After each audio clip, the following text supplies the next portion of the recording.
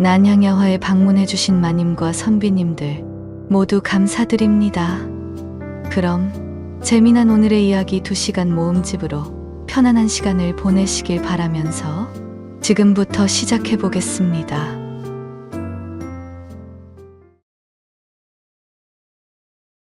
아득한 옛날 깊고 깊은 산속에서 자연을 벗삼아 살아가는 젊은 나무꾼이 있었습니다. 그의 이름은 관식으로 맑은 눈과 순수한 웃음을 가진 그는 욕심 없이 자연 속에서 삶을 꾸려가는 소박한 행복을 누리며 살고 있었지요. 이런 관식에게는 사실 남모르는 아픈 과거가 있었답니다. 그는 얼굴조차 모를 부모에게 버려진 가엾은 아이였습니다.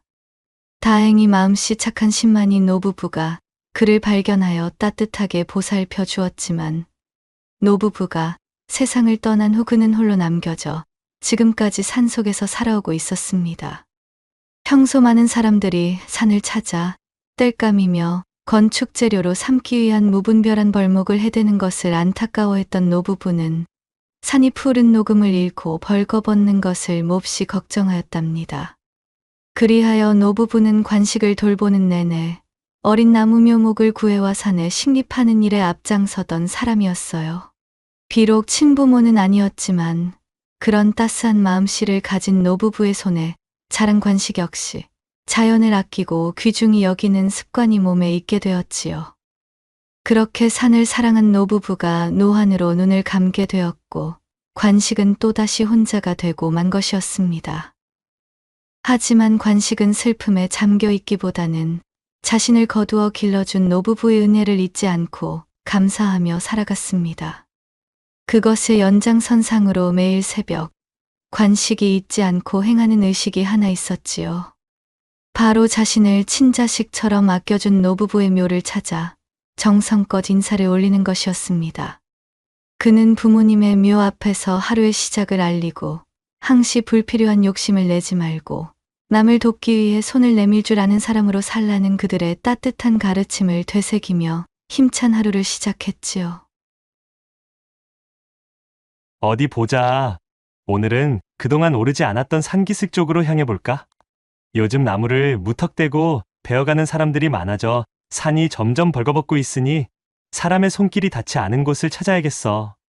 관식은 늘 다니던 익숙한 길이 아닌 덤불이 우거진 낯선 산길로 발걸음을 옮겼습니다. 땀방울이 쉴 새 없이 쏟아지는 힘겨운 산행 끝에 마침내 산 정상에 다다랐을 때 그의 귓가에 묘한 소리가 들려왔습니다. 저기, 인간님? 부디 저 좀 이 산에서 데려가 주셔요. 인적이 없는 산에서 들릴 리 없는 여인의 목소리였으므로 깜짝 놀란 관식이 주변을 둘러보았지만 그 누구의 흔적도 찾아볼 수 없었습니다. 이상하다. 분명히 여자 음성이었는데 땀을 너무 흘렸더니 헛것이 들리나 보네. 배도 꼬르륵거리는 것을 보니 안 되겠다. 참이나 먹고 좀 쉬었다가 마저 움직여야겠어. 그리 생각한 관식은 땀을 닦고 주먹밥을 꺼내 들었습니다. 시원한 바람을 맞으며 푸른 하늘을 올려다보니 온 세상을 덮었던 한여름의 무더위가 싹 가시는 듯 했습니다. 아, 참으로 좋구나. 이것이 신선 노름이지 뭐겠는가. 배도 부르고 시원한 바람까지 불어오니 관식은 노곤한 기분이 충만해 스르륵 잠이 쏟아졌지요. 조금만, 아주 조금만 눈을 붙였다 가자. 관식은 앉아있던 나무에 몸을 기댄 채 눈을 감고는 깊은 잠에 빠져들었습니다. 그렇게 얼마나 시간이 흘렀을까요? 어디선가 부스럭거리는 소리가 들리더니 나뭇잎이 관식의 얼굴을 간지럽히기 시작했지요. 관식은 무의식적으로 얼굴을 긁적이며 몸을 뒤척였습니다. 하지만 잠시 후 또다시 나뭇잎이 그의 뺨을 간지럽히는 것이 느껴지지 않겠어요? 도대체 무엇이 이리도 내 얼굴을 간지럽히는 거야? 참으로 희한하다는 투로 중얼거리며 관식이 잠에서 깨어났어요. 하지만 기이하게도 주변은 고요하기 그지없었고 바람 한 점 불지 않는 것이었지요. 관식은 고개를 갸웃거리며 벌레가 나무에서 떨어지기라도 했나 싶어 자신이 잠을 청했던 곳을 따라 시선을 옮겨보았습니다. 그리고 제 눈에 들어온 광경을 본 그는 숨을 멈출 수밖에 없었답니다. 자신이 등을 기댔던 나무는 지금껏 단 한 번도 본 적 없는 기묘한 나무였습니다. 나무의 크기와는 어울리지 않게 잎은 무성하게 우거져 있었고 신성한 기운마저 감돌고 있었지요. 더욱 기이한 것은 나무의 한가운데에는 마치 꽃 한 송이가 피어 있어야 할 자리를 누군가 억지로 꽃을 꺾어 간 듯 횡한 흔적이 남아있는 것이 참으로 묘한 모습을 보이는 것이었습니다. 참 희한하게도 생겼구나. 이리도 푸르고 아름다운 나무는 나무꾼으로 산 나조차도 처음 보는걸? 어쩐지 우리 집 마당에 심어놓고 싶을 정도로 탐스럽게 생겼어. 관식은 홀린 듯 나무 주위를 맴돌며 감탄사를 연발했어요. 그러다 문득 그의 시선이 발치에 닿았습니다. 놀랍게도 그의 눈앞에 손바닥만 한 작은 나무 한 그루가 갓싹을 틔운 듯 솟아나 관식을 올려다보고 있는 것이었어요. 그것은 도대체 나무라고 부르기도 묘하고 그렇다고 꽃이라 부르기는 너무도 나무 같은 형태를 띠고 있는 것이었지요. 어라? 아니, 너는 꼭 나무가 아니라 사람 같은 움직임을 하는구나? 마치 나를 쳐다보는 것만 같이 살랑이는 것이 말이라도 걸고 싶다는 모양새니 말이야. 분명 아까까지만 하더라도 이 자리에 이러한 나무는 없었던 것 같은데. 그런데 가만히 보니 너는 꼭 이 나무에서 떨어져 싹을 틔운 녀석처럼 보이는걸? 관식은 조심스럽게 손을 뻗어 어린 나무의 잎사귀를 쓰다듬었지요.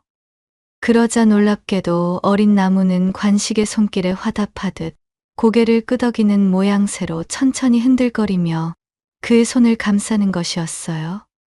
아니, 네가 정말 내게 대답을 한 것이냐? 내가 정말 너를 데려가도 괜찮다는 뜻이지? 관식의 조심스러운 물음에 어린 나무는 다시 한번 잎사귀를 흔들며 긍정의 뜻을 표했습니다. 참으로 신기하구나.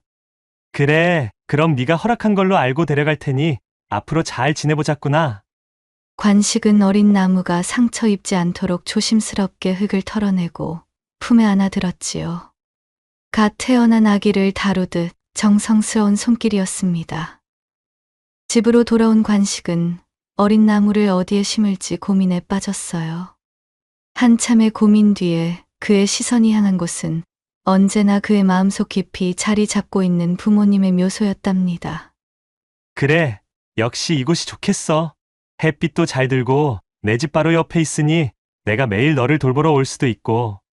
관식은 부모님의 묘 옆 가장 햇볕이 잘 드는 곳을 골라 정성껏 흙을 고르고 어린 나무를 조심스럽게 심어주었습니다.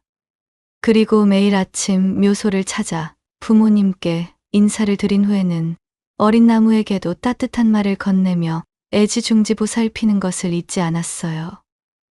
그러던 어느 날 여느 때와 같이 묘소를 찾은 관식은 눈을 의심할 수밖에 없었습니다. 그의 눈앞에 펼쳐진 광경은 외롭게 지내던 관식에게는 상상조차 할 수 없었던 기적과도 같은 일이었으니까요. 부모님의 묘소 제단 위에 온갖 종류의 맛있는 음식들이 정갈하게 차려져 있었던 것이었습니다. 어라라? 이것이 어찌된 일이지? 도대체 누가 이렇게 정성이 가득 담긴 음식을 차려 놓았단 말인가? 그간 한 번도 이런 경험을 해본 적이 없던 관식은 어리둥절할 수밖에 없었습니다. 그는 경건한 마음으로 부모님께 정중히 절을 올린 후 정성스럽게 차려진 음식들을 슬쩍 맛보았어요. 그리고 어린 나무에게도 다가가 음식을 조금 떼어주며 속삭였습니다. 어린 나무야, 너도 이 음식을 먹어보려무나? 아주 근사한 냄새가 나는 데다 맛 또한 일품이기 그지없구나.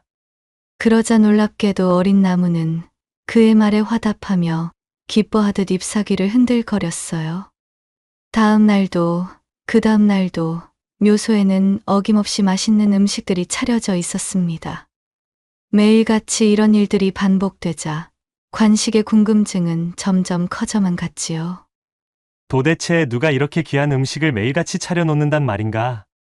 아니 되겠다. 오늘은 무슨 일이 있어도 밤을 새워서라도 그 정체를 알아봐야겠다. 결심을 굳힌 관식은 그날 밤 묘소 근처에 몰래 숨어 캄캄한 어둠 속에서 누군가 나타나기만을 기다렸어요. 한참이 지난 뒤 시간이 멈춘 것처럼 고요하던 주변에서 어디선가 나뭇잎이 스치는 듯한 바스락거리는 소리가 관식의 귓가를 간지럽혔습니다. 그는 숨소리조차 죽인 채 소리가 나는 곳으로 시선을 고정했지요. 잠시 후 그의 눈앞에 믿을 수 없는 광경이 펼쳐졌어요. 놀랍게도 아리따운 한 처녀가 호련히 나타나더니 부모님 묘소의 제단 위에서 분주히 몸을 놀리고 있지를 않겠어요? 그러자 텅 비어있던 제단 위에 순식간에 맛있는 음식들이 차려지는 것이었지요.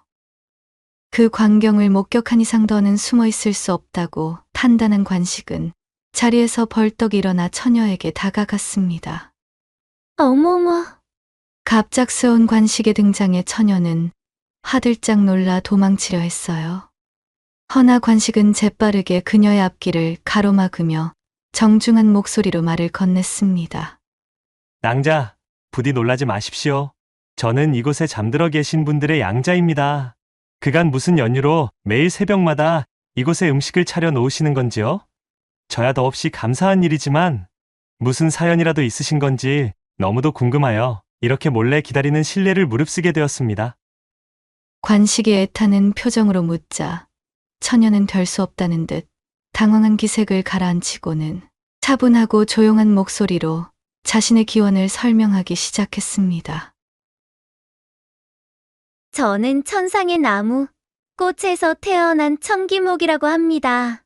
천상의 나무는 천년에 한 번 꽃을 피우는데 그 꽃이 시들어 땅에 떨어지면 천기목이 싹을 틔우지요. 그렇게 싹을 틔우고 100일째 되는 날에 해가 지기 전까지 천기목을 발견한 사람의 손길이 닿으면 인간으로 살아갈 수 있는 기회를 얻게 됩니다. 때마침 당신이 저를 발견했고 이곳에 심어주셨기에 저는 그 귀중한 기회를 잡은 셈이지요. 해가 떠 있는 동안은 나무로 지내야 하지만 해가 진 시간부터는 인간의 몸으로 지낼 수가 있습니다. 그녀의 이야기는 한편의 오래된 전설 같아서 꿈속에서 듣는 듯 비현실적이고 아련했어요. 천기목으로 자란 나무들은 항시 인간이 되기를 간절히 바라지만 늘 그 기회를 가질 수 있는 것은 아닙니다. 인연을 만나지 못하고 인연을 흘려보내면 다시 나무로 돌아가 이윽고는 시들고 말지요. 반대로 인연을 만난 뒤 인연을 보내게 되면 영원히 인간의 모습으로 살 수가 있습니다. 낭군님이 저를 발견하신 덕분에 저는 밤에는 인간의 모습을 취할 수 있었기에 이렇게라도 낭군님께 은혜를 갚고 싶었어요. 그녀의 말에 관식은 믿기지 않는다는 듯 입을 벌린 채로 말했습니다. 천기목이라 마치 오래된 꿈 이야기를 듣는 것 같군요. 하지만 제 코를 찌르는 이 따뜻한 밤냄새는 분명한 현실입니다. 허니 어찌 당신의 말을 믿지 않을 수가 있겠소. 그저 제 부모님께서 홀로 지내고 있는 저를 긍휼히 여겨 당신을 제게 보내주신 것이라 여길 수밖에는 없습니다. 이렇게 우리가 만나게 된 것도 역시 저승에 계신 부모님께서 살펴주신 하늘의 뜻이겠지요. 부디 저와 함께 저희 집으로 가시지 않겠습니까? 관식의 말에 그녀는 잠시 망설이며 슬픈 미소와 함께 고개를 저었습니다. 낭군님, 물론 저도 그리하고 싶은 마음이 굴뚝이옵니다. 허나 지금은 그저 인간의 모습을 흉내내고 있는 것일 뿐. 저는 항시 땅을 밟고 있어야만 살아갈 수 있어요. 어디까지나 저희 본체는 이 천기목이므로 흙의 기운을 받지 못한다면 저는 곧 사라지게 될 거예요. 그녀의 말에 관식은 깊은 생각에 잠기더니 결심한 듯 고개를 끄덕였어요. 그렇다면 알겠습니다. 이곳은 험한 야지이니 저희 집 마당에 낭자를 옮겨 심어 놓겠습니다. 저희 곁에서 낭자와 좀 더 가까이 지낼 수 있다면 그것으로 충분합니다. 관식의 말에 천기목 여인은 어쩔 수 없다는 듯 천천히 고개를 끄덕였어요. 그날 밤 관식은 정성껏 흙을 파낸 뒤 그녀를 자신의 집 마당에 옮겨 심었습니다. 뿌리가 흙에 지속적으로 닿아 있도록 그는 큼지막한 항아리를 준비하여 그곳에 흙을 가득 감은 뒤 분갈이를 하듯 천기목과 뿌리를 흙째 옮겼지요. 이후로 관식은 매일 해가 뜨기 전까지 마당에서 그녀와 함께 시간을 보냈습니다. 교교한 달빛 아래에서 두 사람은 서로의 이야기를 나누며 웃고 떠들었고 그렇게 수많은 밤을 지새웠어요. 낭군님, 한 가지 부탁이 있습니다. 저에게 새로운 이름을 지어주시겠어요? 어느 날 밤 천기목 여인이 관식을 향해 수줍게 말했습니다. 관식은 잠시 그녀의 얼굴을 바라보며 생각에 잠겼지요. 아니, 그러고 보니 낭자의 이름을 지어줄 생각을 하지 못했구려. 어디 보자. 옳거니, 목난. 목난이라는 이름은 어떻습니까? 낭자의 지금 모습처럼 천기목의 근원을 가진 난초 같은 우아한 여인이라는 생각에 지어본 이름입니다. 그녀는 관식이 불러준 이름을 듣고 부드러운 미소를 지었습니다. 목난이라 참으로 어여쁜 이름이네요. 좋아요. 앞으로 저를 목난이라고 불러주세요.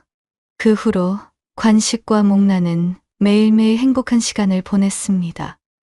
마당에는 웃음소리가 끊이지 않았고 밤하늘에는 웃음소리를 들은 별들이 쏟아지듯 빛을 흘려보내며 반짝였어요. 관식은 인간 세상을 동경하는 목란의 마음을 10분 헤아려 인간에 대한 지식과 서로 간의 신뢰, 약속, 그리고 인간의 세상을 이루고 있는 여러 가지 질서와 문화, 삶에 대한 처세와 깊은 연결고리까지 인간과 관련하여 모든 것들을 총망라한 이야기를 전해주었지요. 그들은 함께 산을 오르며 세상에 대한 이야기를 나누었고 자연히 그 시간은 더욱 무르익어 춘심으로 발전하지 않을 수가 없었습니다. 항시 서로를 아끼고 서로에게 의지하며 깊고 단단한 애정에 빠져들고 있었지요. 그러던 어느 날 관식은 굳은 결심을 한 듯 마당에 멍석을 깔고 목란이 나타나기만을 기다렸습니다. 오늘은 그녀에게 자신의 마음을 전하고 영원한 사랑을 맹세할 작정이었지요. 해가 지고 붉은 노을이 미연미어 사라질 무렵 목란은 평소와는 다른 단아한 모습으로 관식 앞에 나타났습니다. 그녀의 맑고 깨끗한 눈동자에는 옅은 긴장감과 설렘이 어려 있었지요. 관식은 떨리는 손으로 그녀의 손을 잡고 진심을 담아 속삭였습니다. 목난 낭자, 아무래도 나는 당신에게 푹 빠져버린 것만 같습니다. 이대로 당신과 함께 영원히 늙어가고 싶습니다. 부디 저와 부부의 연을 맺어주지 않으시겠습니까? 당신의 기원이 나무이든 무엇이든 저에게는 관계없습니다.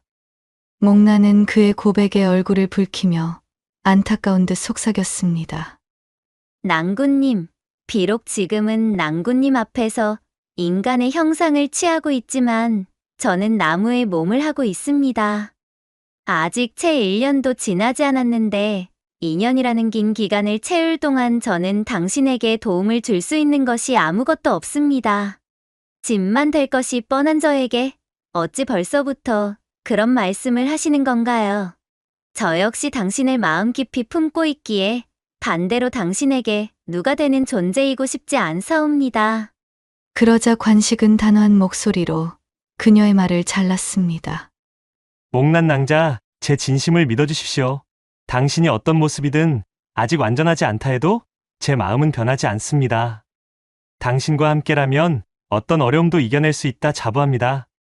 허니 부디 사양일랑 마시고 저희 청혼을 받아주십시오. 관식의 굳은 심지가 들어있는 한마디에 목란은 눈물을 글썽이며 결국 고개를 끄덕였습니다. 그날 밤 두 사람은 마침내 부부의 연을 맺었지요. 차가운 달빛이 쏟아지는 마당에서 그들은 서로의 사랑을 확인하고 영원히 함께할 것을 맹세했습니다. 두 사람이 깊은 운후의 초야를 나누는 동안 하늘의 별들도 그들의 사랑을 축복하듯 더욱 밝게 빛나며 쏟아져 내리고 있었어요. 목란과 부부가 된 관식은 매일의 해가 빨리 저 밤이 찾아오고 또한 다음 날의 해가 늦게 뜨기만을 간절히 바라는 일상으로 바뀌어 있었습니다. 단 한시라도 빨리 그리고 길게 목란의 곁에 있고 싶었기 때문이었어요.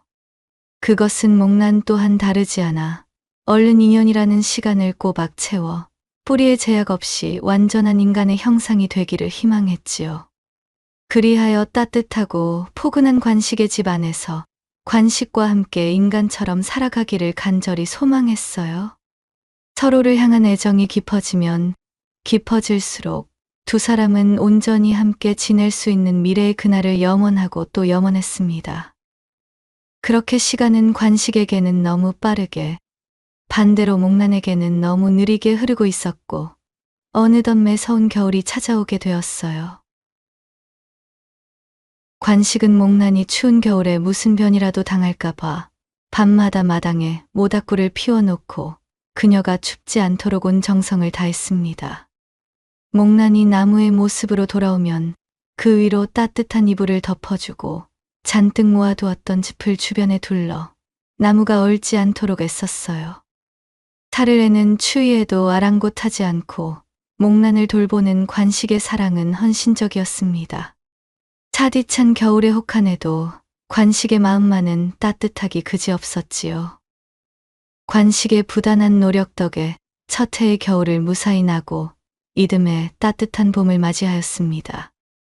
행복한 시간으로 쌓은 봄과 여름이 눈 깜짝할 새 지나가자 또다시 날씨가 쌀쌀해지는 가을과 혹독한 겨울이 찾아왔어요. 이번 겨울만 무사히 나게 되면 드디어 목란은 완연한 인간으로 지낼 수가 있었지요. 그것을 관식도 잘 알고 있었기에 자신의 몸을 돌보지 않고 더욱 지극정성으로 목란의 본체를 돌보았습니다. 허나 그런 나날이 화근이 되었을 줄 누가 알았을까요? 2년의 시간을 꽉 채우고 드디어 목란이 인간의 몸으로 땅을 밟을 수 있는 날이 찾아왔습니다. 땅에 심어둔 천기목에서 강렬한 빛이 뿜어져 나왔고 나무는 천천히 목란의 형상으로 바뀌었어요. 이날만을 손꼽아 기다리고 있었거늘 마침내 일이 되었구나. 드디어 인간의 형상으로 지낼 수가 있게 되었어. 해가 떠 있는 시간에 이리 인간의 형상을 할 수 있다니 참으로 꿈만 같구나. 낭군님, 어디 계시나요? 드디어 소첩이 인간으로 낭군님과 함께 행복하게 살 수 있는 몸이 되었습니다.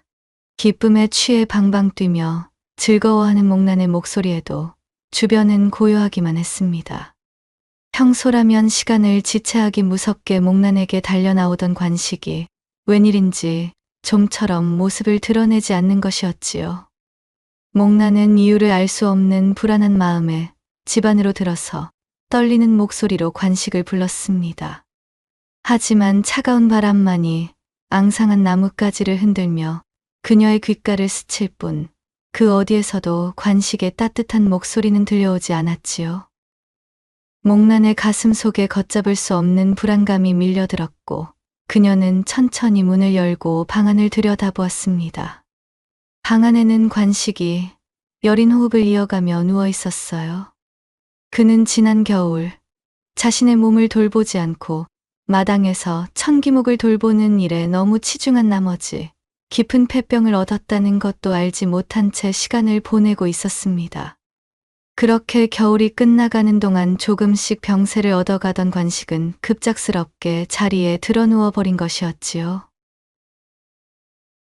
목란이 걱정하는 것이 마음에 걸려 줄곧 그녀에게 숨기고 있었기 때문에 그녀가 관식의 병세를 눈치챌 틈이 없었습니다.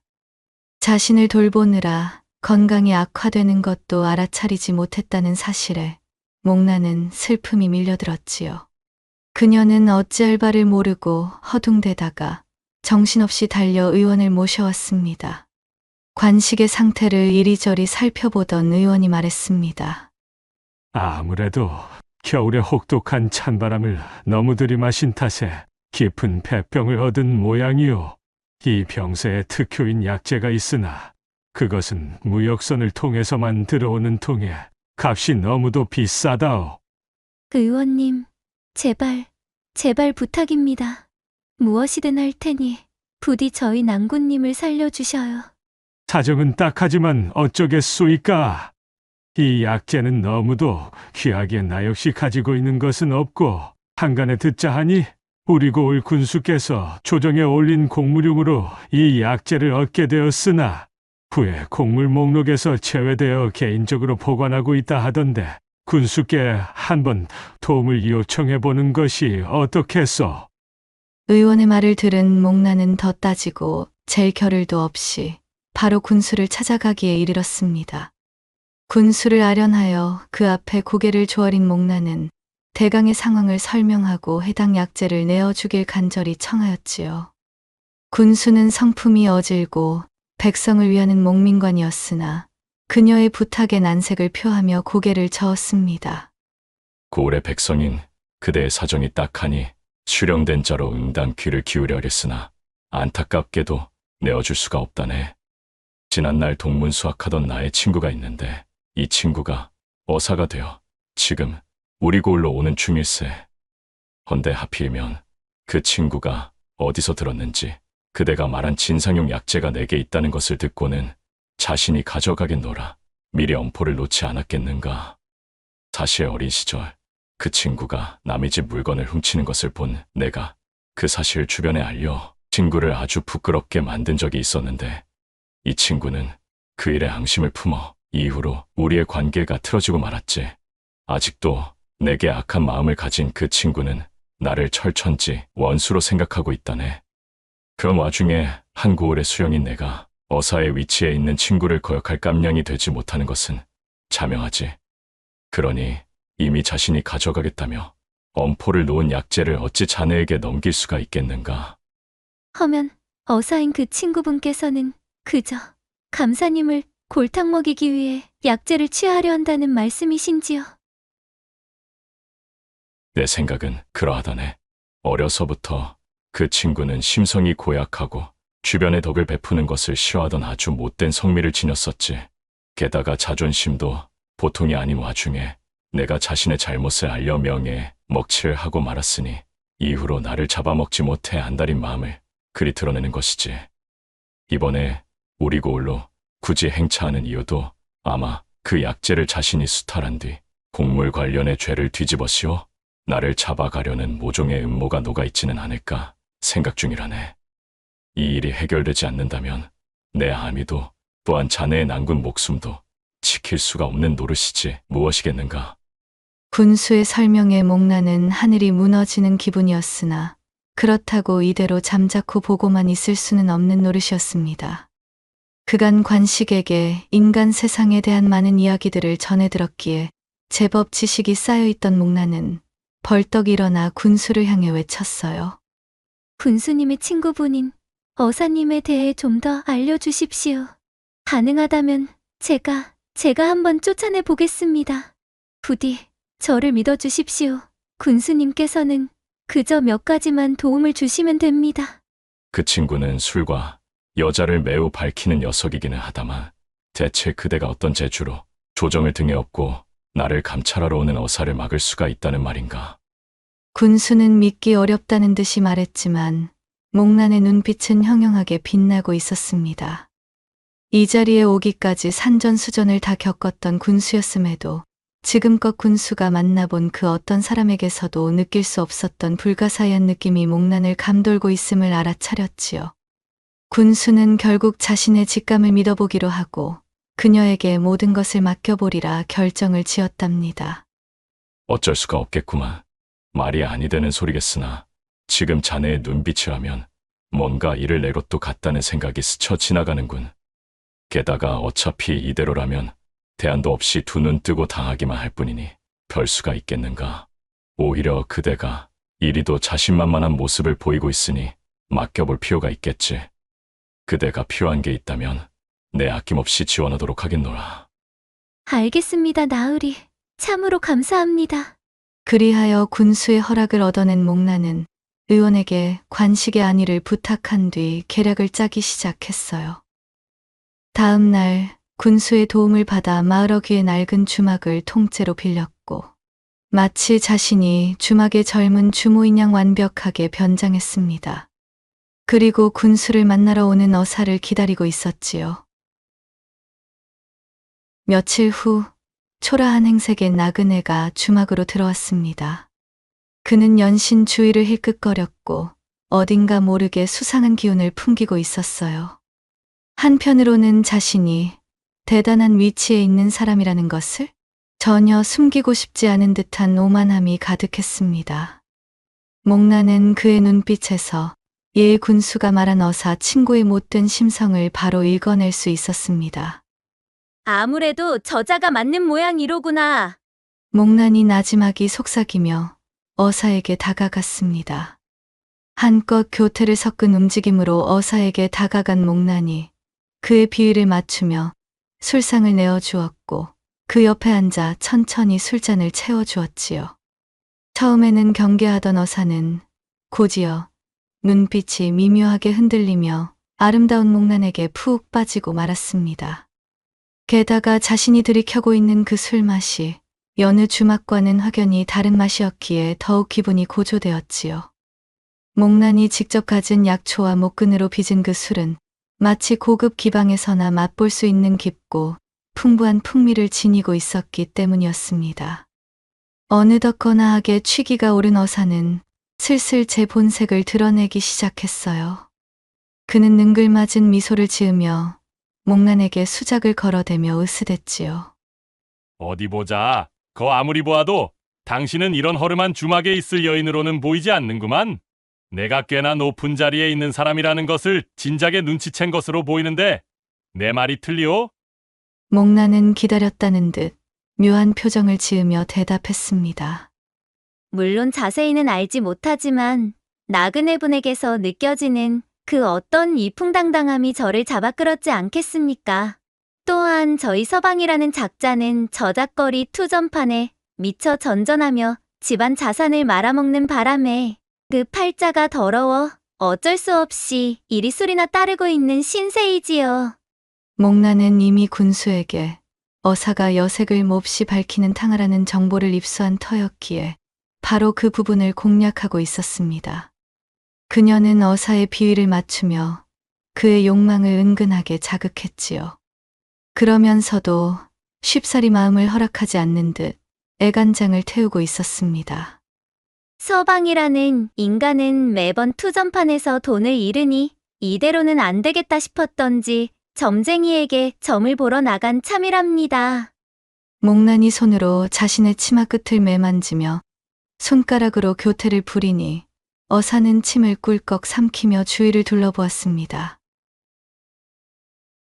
당연히 주막에는 자신과 목난 단둘뿐이었음을 알고 있었지요. 마을과는 꽤 떨어진 외딴 곳이었기에 밤이 깊어질수록 오가는 사람들의 발길도 더욱 뜸해진 터였습니다.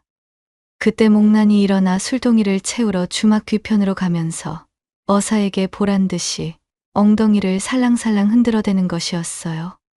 그것은 노련한 어부가 던지는 맛 좋은 미끼와도 같았지 뭐겠습니까? 어사는 터져나오는 욕정을 참지 못하고 그녀를 뒤따라갔습니다. 그리고 뒤에서 목난을 덮치려는 순간 목난은 부드럽게 저항하며 그의 손길을 피했지요. 어머머, 아니 됩니다, 아니 되어요. 아무리 서방이 없다거나 어찌 이런 경을 칠 정분을 통할 수가 있다는 말입니까? 어허, 말은 그리하여도 이미 당신도 이것을 원하고 있지 않았소? 목난의 목소리에 어딘가 모르게 묘한 여운이 감돌았고 그것은 마치 거부하는 척하면서도 어사의 욕망을 더욱 부채질하는 신묘한 운율을 타고 있었습니다. 잔뜩 넋이 나간 어사가 득양양한 미소를 지으며 그녀에게 안겨드는 찰나 밖에서 누군가 고함을 지르며 목난을 찾는 것이었어요. 이봐 여편네, 남편이 들어왔는데 부엌에서 무얼하느라 이리 늦장이야? 밖에서 들려오는 갑작스러운 외침에 어사가 화들짝 놀라며 뒷걸음질 쳤습니다.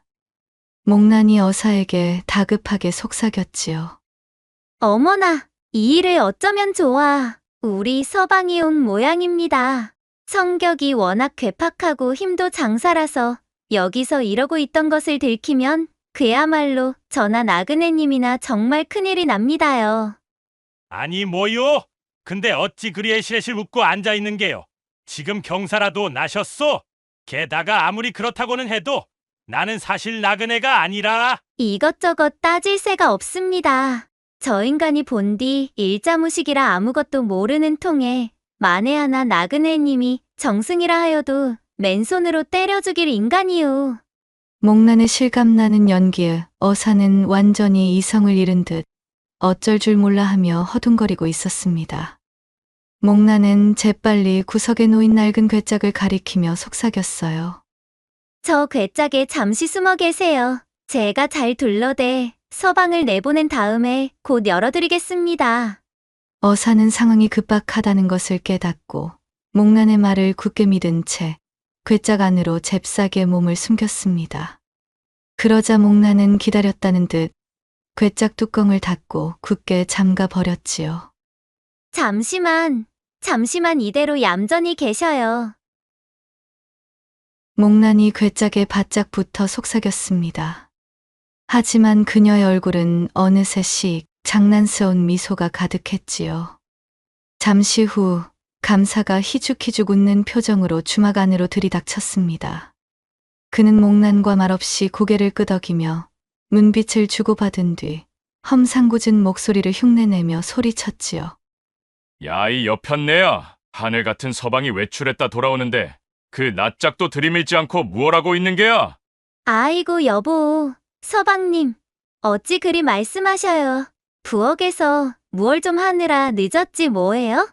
그나저나 점쟁이는 잘 만나고 온 겝니까? 목난이 미리 준비했던 대사를 뱉자 감사 역시 빙그레 웃으며 대답했지요. 아, 글쎄 점쟁이 말이 우리 집에 흉악한 귀신이 든 물건이 있어서 그간 내가 투전판에서 맥을 추지 못했다고 말하지 않겠어? 예, 귀신이요? 목난이 능청스러운 표정으로 괴짝 안에 어사가 들으라는 듯 소리쳤고 신명나게 연기를 펼치던 감사 역시 더욱 소란을 떨며 외쳤습니다. 그래, 귀신!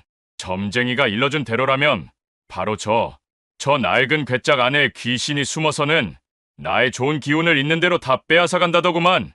허니 저 괴짝을 지금 당장 태워버려야 한다고 하지 뭔가. 아이고 여보, 저 괴짝은 내가 혼수를 해올 때 물건을 담아온 것인데 어찌 태우려 하셔요. 지금 그까짓 것이 문제야? 저 괴짝 속에 달라붙어 있는 귀신 때문에 그간 돈을 모두 잃었는데 용한 점쟁이의 말을 어기면 앞으로도 계속 돈을 잃을 것이요. 두 사람은 닭싸움을 하듯 괴짝 앞에서 옥신각신 다투었습니다. 이는 당연히 괴짝 안에 갇혀있던 어사가 귀담아 듣게 하기 위한 술책이었지요. 아니나 다를까 이대로라면 꼼짝없이 괴짝에 갇힌 채로 불에 탈 위기에 놓인 어사는 식은땀을 뻘뻘 흘렸습니다. 바깥이 요란한 소리로 시끄럽자 결국 어사는 참지 못하고 괴짝 안에서 소리쳤습니다. 잠깐만 멈추시오. 나는 귀신 들린 괴짝 따위가 아니오. 이 안에 사람이 있어. 단지 괴짝 안에 사람이 들어있을 뿐이란 말이오. 그 소리를 들은 목난과 감사는 능글맞게 웃으며 어사의 외침을 묵살했어요. 어랍쇼. 이것 봐. 정말 점쟁이 말이 맞지를 않았는가? 이놈의 괴짝에 귀신이 깃들었으니 이리 말까지 뱉고 있지 않냐는 말이야. 이럴 것이 아니라 지금 당장 이대로 불에 태워버려야겠군. 그러자 괴짝 안에서 어사의 절규가 터져나오기 시작했지요. 그만. 그놈의 귀신 타령을 제발 그만하란 말이야. 나는 이 고을을 감찰하러 온 어사다. 괴짝을 불에 태우면 아니 된다 이 말이야. 뭐, 어사? 이놈의 귀신이 제법 잔꾀를 부릴 줄 아는구나. 내 평생에 어사 귀신이라는 귀신은 처음 들어본다. 하지만 귀신인 내 녀석 때문에 그간 나의 돈을 모두 잃었다고 하니 결코 그냥 둘 수는 없지. 어사의 외침에 아랑곳하지 않고 감사가 대답하니 괴짝 속의 어사는 이제 거의 오줌을 지리기 일보 직전이 되었습니다. 목난이 말한 대로 정말이지 앞뒤 분간을 못하는 멍청한 망나니 같은 작자로만 여겨졌으니까요. 그때 옆에서 간신히 웃음을 참고 있던 목난이 입을 열었지요. 여보, 굳이 괴짝을 지금 태울 필요까지는 없잖아요? 점쟁이 말대로 저 괴짝 안에 귀신이 들어있다면 차라리 관아에 고발해서 관아의 마당에서 화형시키는 것이 어떻겠어요? 그렇게 하면 귀신을 더욱 확실하게 쫓아낼 수 있을 것이에요. 오호라, 그거 참 좋은 생각인데. 그렇다면 지금 당장 관아에 가서 포졸들을 데려올 것이니 당신은 꼼짝 말고 여기서 저 괴짝을 지키고 있으라고. 저 괴짝에 달라붙은 귀신 녀석, 오늘 아주 제대로 혼쭐을 내줄 것이니까 말이야. 그 말을 끝으로 목난과 눈빛을 교환한 감사는 일부러 큰 발소리를 내며 주막을 빠져나갔습니다. 감사가 나간 후 목난은 굳게 잠긴 괴짝의 자물쇠를 열고 뚜껑을 활짝 열었지요. 괴짝 안에는 식은땀으로 범벅이 된 어사가 넋이 나간 표정으로 웅크리고 있었습니다. 자, 제가 대강 둘러대어 남편을 쫓았으니 이 틈에 어서 여기서 도망치세요.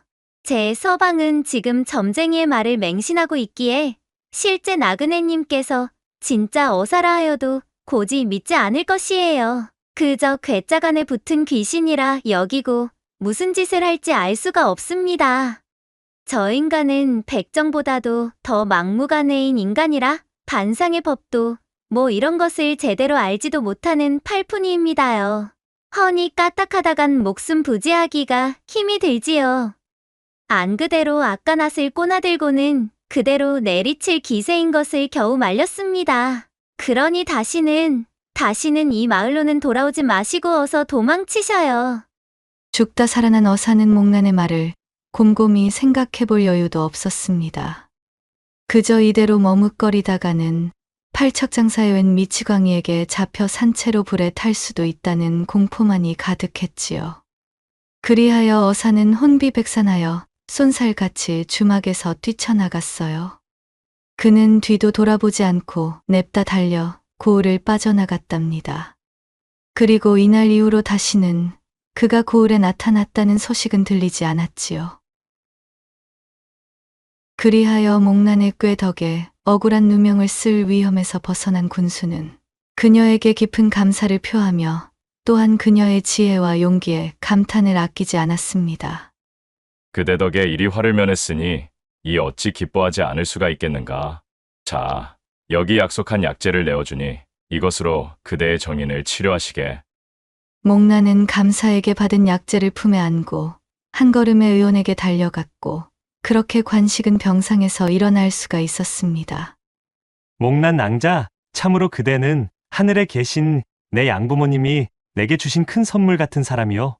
그대 덕에 내가 이리 목숨까지 건지게 되었으니 이 이상 더 감사할 일이 어디 있겠소. 앞으로도 함께 행복하게 살도록 합시다.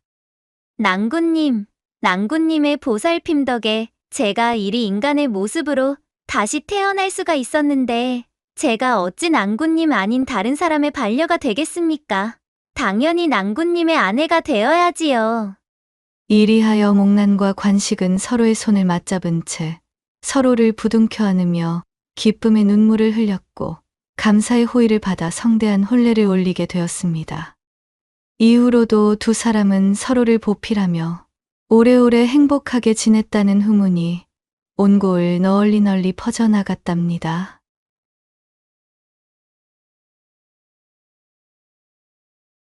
산새가 회회 울어대는 한여름, 온유월의 태양은 지상의 모든 것을 녹여내릴 듯 이글거리고 있었습니다.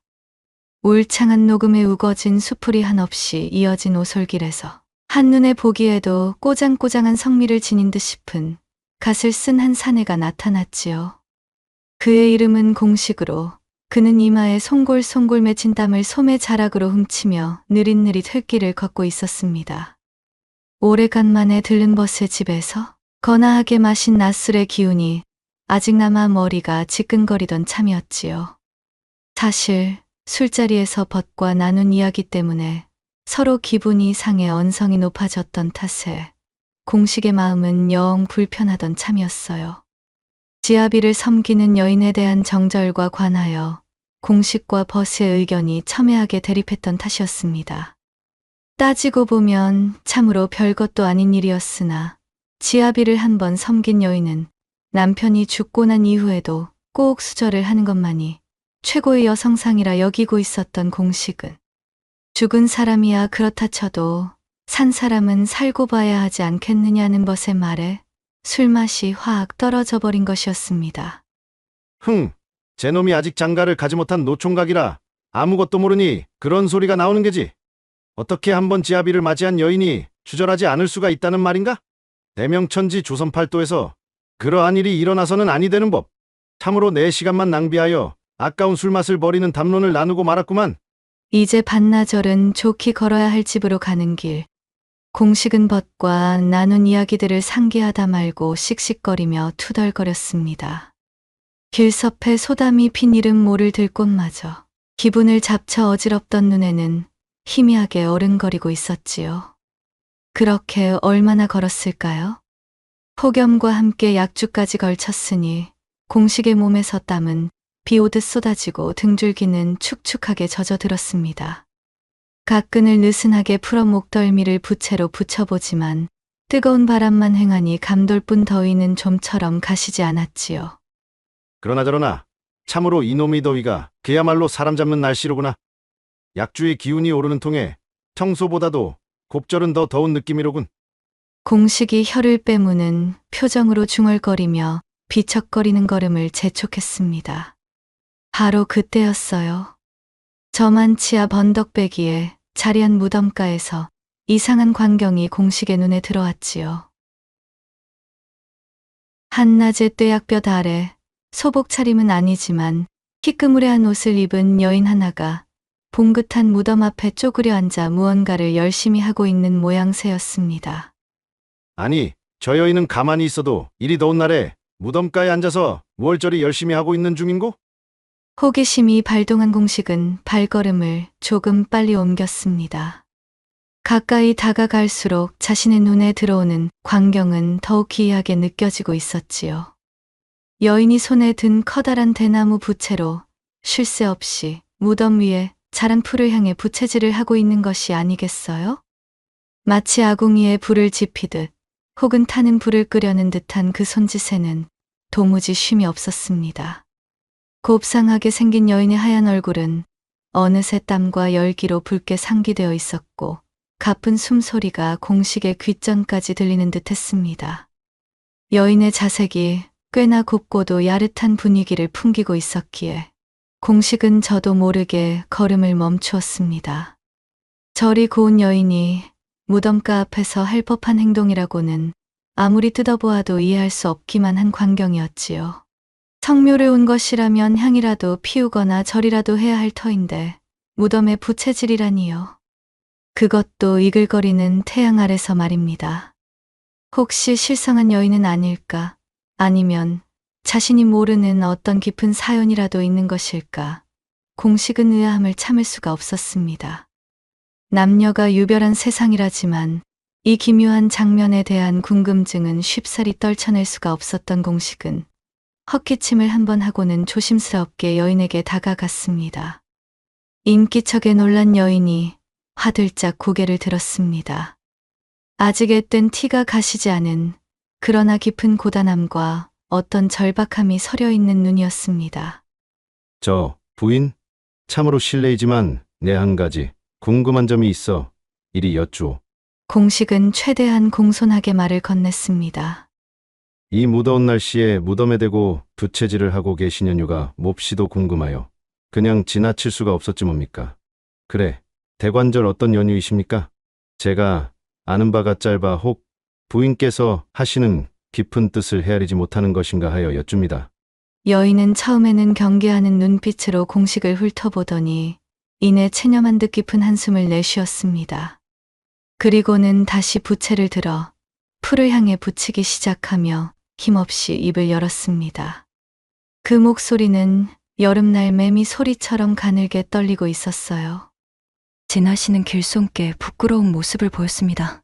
허나 딱한 사정이 있어 이러고 있는 것이지요. 딱한 사정이라니요? 제가 혹 도울 일이라도. 아니요, 아닙니다. 그저 제 팔자가 기구하여 생긴 일이올시다. 여인은 잠시 부채질을 멈추고 땀으로 얼룩진 치맛자락으로 눈가를 훔쳤습니다. 공식은 잠자코 여인의 다음 말을 기다렸습니다.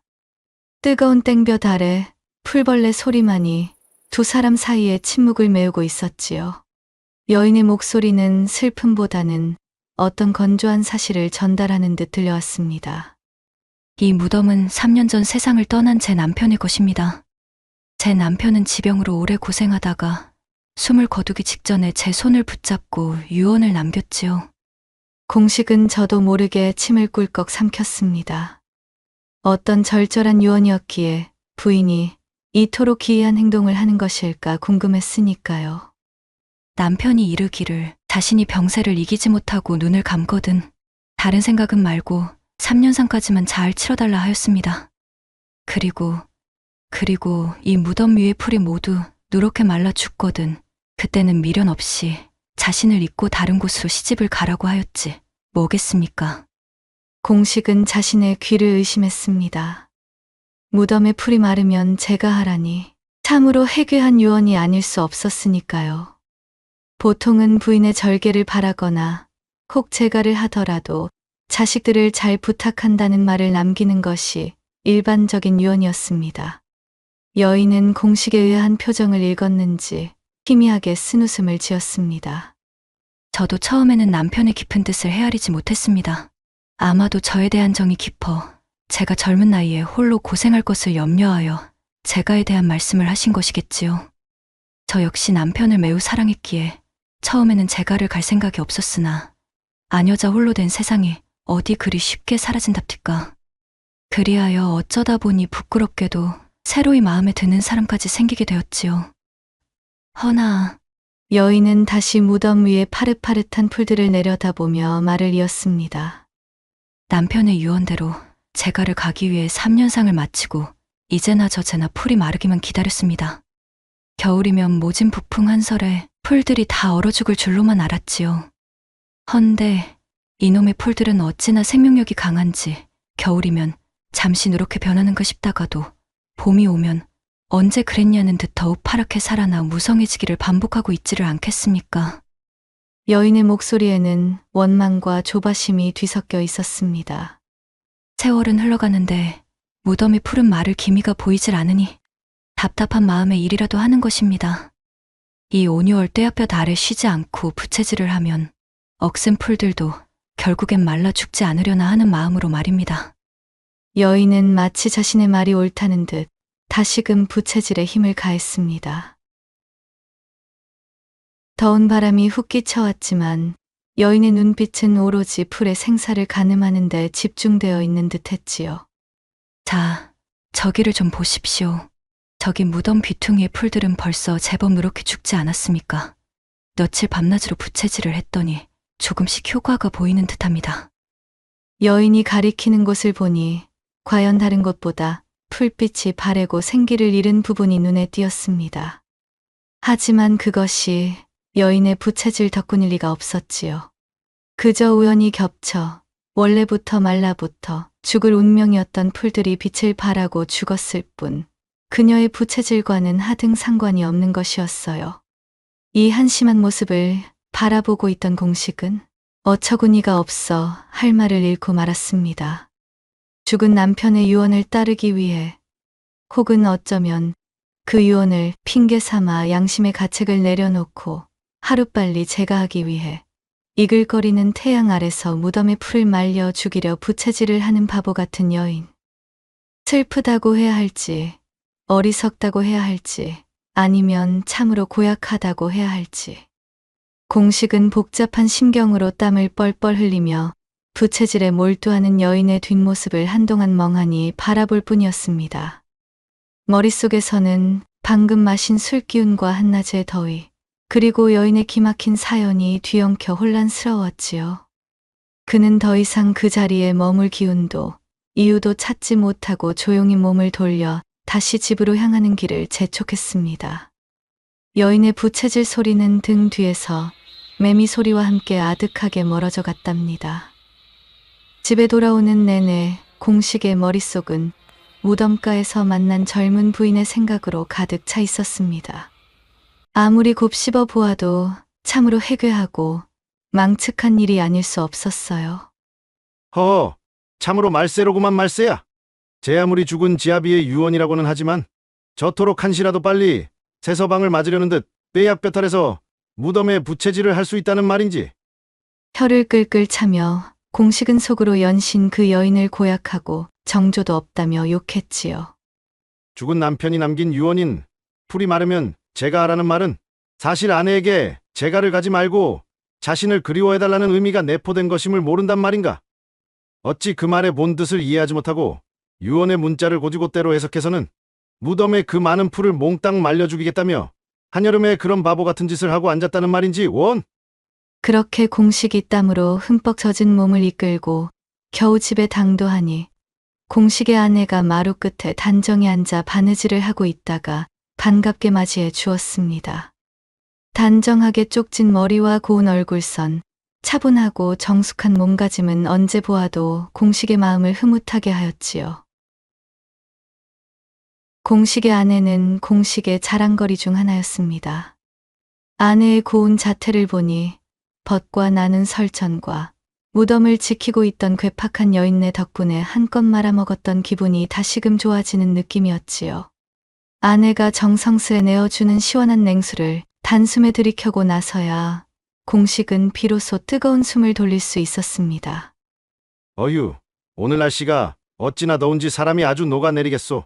그러게나 말입니다. 서방님 얼굴이 땀으로 번들번들하시네요. 어서 안으로 드시지요. 아내는 공식의 옷을 받아들며 살뜰히 챙겼습니다.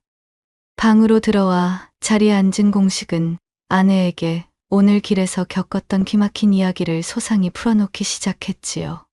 무덤가에서 만난 여인의 기이한 행동과 그 딱한 사연까지 말입니다. 이야기를 하는 내내 공식은 분개함을 감추지 못했습니다. 글쎄, 그런 해괴한 유언을 철석같이 믿고 남편 무덤에 풀을 말리겠다고 부채질을 하고 있더라니까? 남편이 남긴 유언의 속뜻을 이해하는 것은 고사하고 말 그대로 아무리 남편이 재가를 허락했다 한들 어찌 그리 망측한 짓을 할 수 있단 말이오? 죽은 남편에 대한 예의도 염치도 없는 것이지. 참으로 고약한 여인이 아닐 수 없소. 공식은 침까지 튀겨가며 열변을 토했습니다. 이야기를 듣는 아내의 표정이 어쩐 일인지 점차 굳어지고 있음을 그는 눈치채지 못했지요. 아내는 잠시 아무 말 없이 손에 쥔 바느질감만 물끄러미 내려다보더니 이내 헛기침을 몇 번 하고는 조용히 입을 열었습니다. 어머나 세상에 참으로 조선 팔도의 별일도 다 있군요. 허나 서방님, 아내된 마당에 남편의 유언은 지켜야 하는 것이 도리 아니겠습니까? 도리? 물론 유언은 중요하지. 하지만 그 뜻을 헤아려야 할 것 아니오? 그 남편이 어떤 심정으로 그런 유언을 남겼겠소? 차마 젊은 아내에게 평생 수절하라는 말은 못하겠고 그렇다고 선뜻 재가를 허락하기도 마음이 아파 나의 무덤에 돋은 풀이 마르거든 이라는 조건을 단 것이 아니겠소? 그 속뜻은 사실상 재가를 말리는 것이나 마찬가지인데 그걸 곧이곧대로 듣고 풀을 말리겠다고 부채질을 하는 것은 지아비에 대한 모욕이나 다름없지?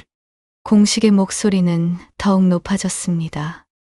아내는 고개를 차분히 끄덕이며 남편의 말에 동조하는 듯 했습니다.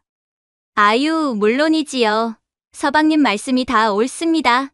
아무리 재가를 하고 싶어도 어찌 그리 경박하게 행동할 수 있겠습니까?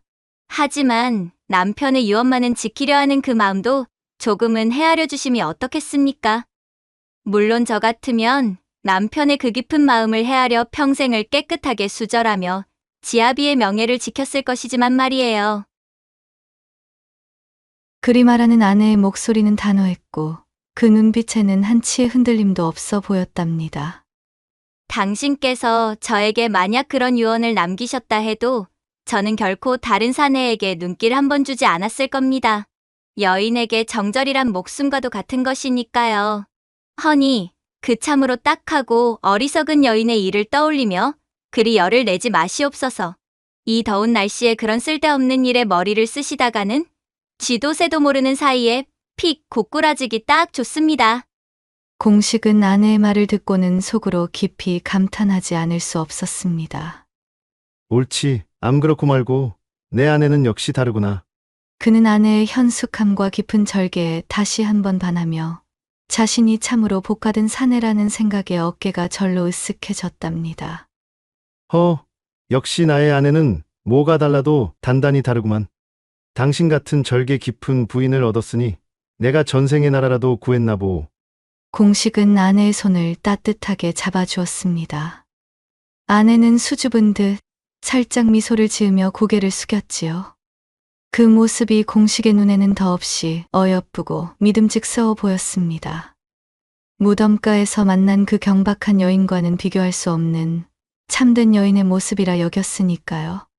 자신이 그래도 장가 하나는 정말 잘 갔다며 자신의 부인은 절개가 깊으니 자신이 혹여 먼저 세상을 뜨더라도 결코 다른 사내에게 마음을 주지 않으리라는 생각에 든든하기까지 했습니다. 그렇게 무덤가에서의 불쾌했던 기억은 현숙한 아내의 덕분에 금세 잊히는 듯 했습니다. 며칠 동안 공식의 집에는 평온한 일상이 잔잔히 흘러갔어요. 반가의 자손이었으나 살림이 빠듯하여 가난했던 공식은 부지런히 농사일을 돌보는 틈틈이 책을 손에서 놓지 않았고 아내는 조용히 집안 살림을 꾸리며 서로를 의지하고 아꼈습니다. 공식은 그런 아내를 볼 때마다 절개라는 단어를 떠올리며 더없이 만족스러운 미소를 짓곤 했지요. 하지만 공식의 그런 평온함은 오래가지 못했어요. 한 달 뒤 저녁상을 물리고 잠자리에 들려던 공식이 갑자기 배를 움켜쥐고 방바닥을 뒹굴기 시작했습니다. 아이고 배야, 아이고 나 죽는다. 처음에는 저녁에 먹은 것이 체했나 싶었습니다. 아내는 급히 매실차를 달여 먹이고 등을 두드려 주었지만 공식의 복통은 좀처럼 가라앉지 않았어요. 오히려 시간이 갈수록 통증은 더욱 극심해져 식은땀을 비오듯 흘리며 얼굴이 백지장처럼 하얗게 질려가는 것이었지요. 마치 뱃속에서 누군가가 마구 헤집는 듯한 고통이요. 그날 밤 공식은 꼬박 밤을 새워 신음하며 격렬한 고통 속에 몸부림쳤습니다. 그의 아내는 뜬 눈으로 밤을 지새우며 남편의 곁을 지켰으나 속수무책으로 애만 태우며 발을 동동 구를 뿐이었습니다. 날이 밝기가 무섭게 아내는 수소문 끝에 용하다는 의원을 모셔왔습니다. 의원은 정성껏 진맥을 하고 침을 놓았지만 이내 알 수 없다는 듯 고개를 갸웃거렸습니다.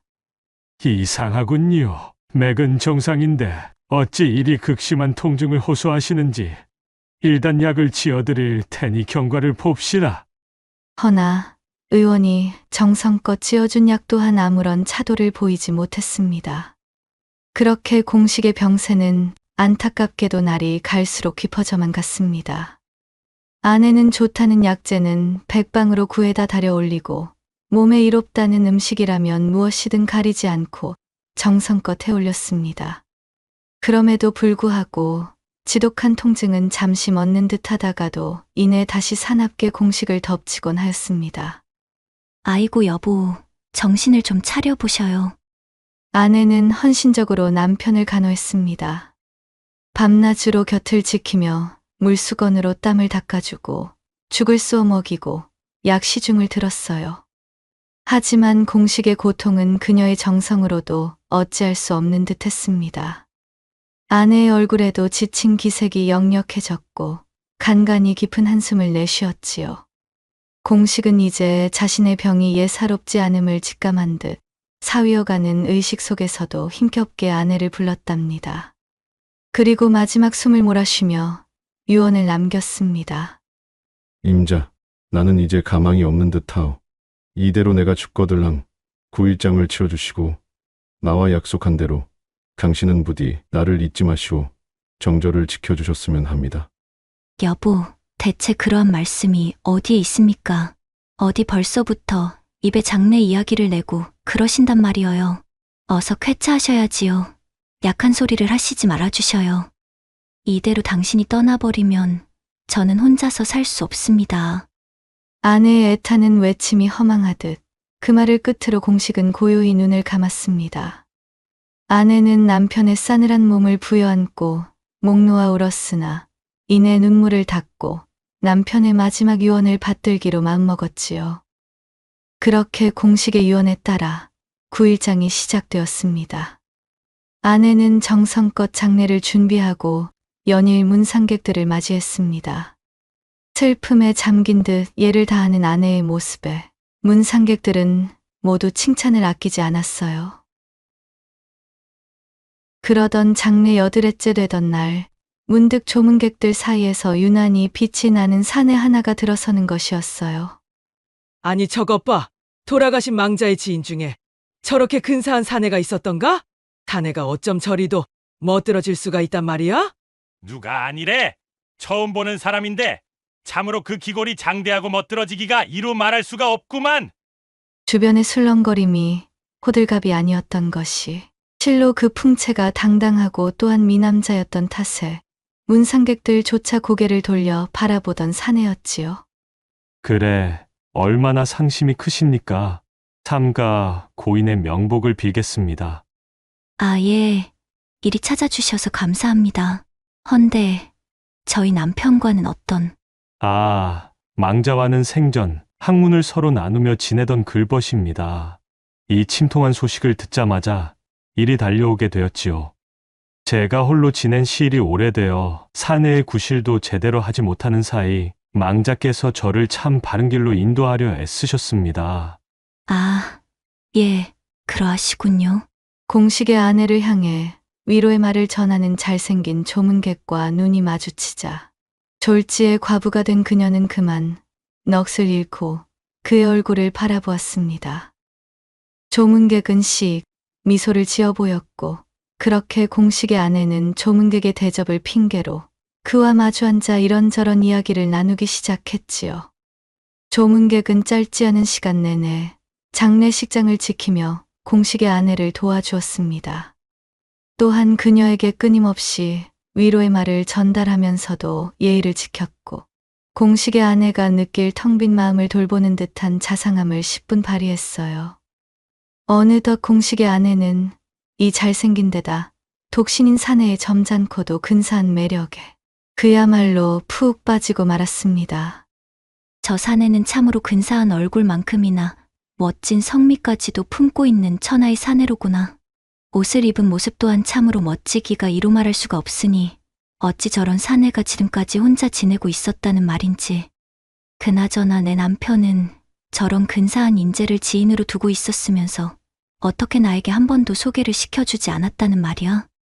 아, 내 남편은 비록 저 세상으로 갔지만 내 평생에 저리 근사하게 생긴 사내와 한번 부부의 연을 맺고 살아볼 수 있다면 참으로 여한이 없으련만. 순간 그녀의 마음속에는 얼마 전 자신이 맹세했던 정절과는 너무도 다른 불경한 욕망이 싹 트며 혼잣말이 새어나오기 시작했어요. 그녀는 조문객들이 가득한 장례식장에서 병풍 뒤 관짝에 드러누워 있는 남편의 존재를 까마득하게 잊은 채 잘생긴 사내와 새로 합가하여 알콩달콩하는 모습을 상상하고 있었지요. 그날 늦은 밤, 다른 조문객들이 모두 돌아가고 난 시간이었어요.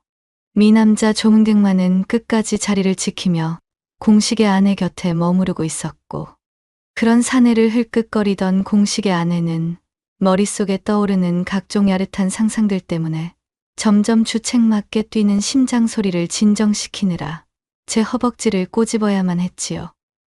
헌데 갑자기 미남자 조문객이 고함을 지르더니 머리가 깨질 듯 아프다며 방바닥을 대굴대굴 구르기 시작하는 것이었습니다. 얼굴은 창백해지고 식은땀을 비 오듯 흘리며 괴로워하는 모습은 차마 보기 힘들 정도였지요. 어머머, 저기 이보셔요. 괜찮으신가요? 갑자기 어찌 이러시는지요? 제가 어떻게 도울 방법이라도 있는지 천천히 말씀해보셔요. 공식의 아내가 조문객에게 다가가 걱정스레 말을 건네자 조문객이 파리한 표정으로 대답했습니다. 그 모습조차도 어찌나 신수가 훤하던지 공식의 아내는 채통조차 잃은 채 넋을 잃고 바라보고 있었지요. 훤치한 조문객은 이것이 자신의 오랜 고질병이며 내의원으로 재직 중이던 용한 노의원에게 진맥을 받아본 결과 오직 살아있는 듯 생생한 사람의 다리를 삶아 먹어야지만 나을 수 있다는 말을 들었다며 그렇기에 지금까지 치료하지 못한 채 지내왔다는 말을 하는 것이었습니다. 그야말로 기이하고도 믿기 힘든 섬뜩한 말을 토해내고 있으니 부지불식간에 당황한 공식의 아내는 어안이 벙벙하고 말았지요. 예, 사람의 다리요? 방금 사람의 다리라 하셨답니까? 아니, 대체 그게 무슨 말도 아니 되는. 아무래도 통증 탓으로 제정신이 아니신 듯하니 일단 잠시만 기다려보셔요. 의원을 불러오겠습니다. 그렇게 공식의 아내가 의원을 급히 불렀으나 의원은 고개를 가로저으며 대답했지요. 대체 이 집안에 들어선 사내들은 어찌 이런답니까? 이 사내 역시도 맥은 그야말로 정상이요. 내가 손을 쓸 수 있는 방도가 없다 이 말이오. 공식의 아내는 조바심이 났지만 그렇다고 의원에게 미남자 조문객이 이야기한 싱싱한 사람의 다리를 고아 먹느니 어쩌느니 하는 말을 차마 물어볼 수는 없었답니다. 그렇게 의원이 돌아가자 미남자 사내는 더욱 고통에 몸부림치기 시작했고 그 모습은 퇴폐적이면서도 또한 공식의 아내를 점점 더 유혹하는 듯 했지요. 그녀는 속으로 깊은 갈등에 빠졌습니다. 남편은 이미 죽은 사람. 하지만 저토록 아름다운 사내를 이대로 죽게 내버려 둘 수는 없지 않은가. 기왕 일이 된 거 눈 한번 딱 감고 저 사내를 살려서 목숨을 구해주고 그것을 빚지은 뒤 내 남은 생을 저 사내와 함께 할 수만 있다면 이거 아주 남는 장사 아니겠는가. 이 말이야. 짧은 번민 끝에 그녀는 결국 끔찍한 결심을 내리고 말았지요. 그렇게 주변이 쥐 죽은 듯 고요해진 깊은 밤, 아내는 살며시 빈소로 향했습니다. 그리고는 비장한 표정으로 남편의 관 뚜껑을 열었어요. 싸늘하게 누워있는 공식의 얼굴을 내려다보며 그녀는 눈을 질끈 감고 숨겨왔던 손도끼를 높이 치켜들었습니다. 여보, 미안해요. 그렇지만 어쩌겠어요? 산 사람은 살아야지. 그간 당신의 그 꼬장꼬장한 성미를 맞춰주며 사느라 아주 죽을 맛이 아닐 수가 없었는데 가시는 마당에 이제라도 이 마누라에게 좋은 일 한번 하고 가시구랴. 그리고 망설임 없이 남편의 다리를 향해 힘껏 내리치려는 찰나였습니다. 둔탁한 소리와 함께 도끼가 허공을 가르고 싸늘했던 송장이 벌떡 자리에서 일어나 앉는 것이 아니겠어요? 죽음의 그림자는 간데없고 공식의 두 눈은 분노와 원통함으로 형형하게 빛나고 있었습니다. 그는 말도 안 된다는 표정으로 멍하니 굳어버린 아내를 향해 천둥 같은 목소리로 소리쳤습니다. 이런 발칙하기 짝이 없는 일이 다 있다는 말인가? 이리도 나의 믿음을 배반하는 짓거리를 정말로 행할 줄은 몰랐거늘. 이 천하에 요망하기 짝이 없는 망할 여편네를 보았느냐는 말이야. 아니 여보. 다 당신 이게 대체 어찌든 죽은 사람이 어찌 벌떡? 어디 사는지도 모를 일전의 그 과부는 죽은 지아비의 해괴한 유언이나마 지키어 3년상이라도 견뎌내고 나서야 드땡볕에 무덤 풀을 말리려 부채질까지 하고 있었거늘. 믿었던 당신이 어떻게 이럴 수가 있소이까? 평생을 수절하겠다던 당신은 고작 바보가 된 지 아흘에조차 견뎌내지 못하고 훤칠한 사내에게 홀랑 넘어가 지아비 주검에 다리를 날려먹으려 드느냔 말이야? 무덤 위에 풀을 말리겠다고 부채질하던 여인을 어리석다 험담하더니 그보다도 더욱 어처구니가 없는 소리를 믿고 이리도 망측한 짓을 저지르려 하다니. 그랬습니다. 이것은 모두 자신의 아내를 시험해 보기 위해 공식이 자신의 지인 중 가장 잘생긴 사내를 데려다 꾸민 계략이었지요. 지난번 벗과 또다시 술잔을 기울이며 공식은 자신의 아내만큼은 다른 아녀자들과는 다르다며 호언장담을 하였고 벗은 그러한 공식에게 내기를 제안하게 된 것이었습니다. 벗의 코를 납작하게 만들어줌과 동시에 한편으로는 제 아내의 정절을 시험해보고 싶었던 공식의 숨겨진 욕망이 불러온 해괴망측한 자작극이었던 것입니다. 급사하여 관짝에 들어간 남편이 버젓이 살아 돌아오자 멍청한 표정으로 바닥에 널브러져 있던 것도 잠시 이 망할 영감쟁이가 자신을 감쪽같이 속였다는 생각이 닿자 아내 역시 무서운 표정으로 바뀌며 버럭 소리를 질렀습니다.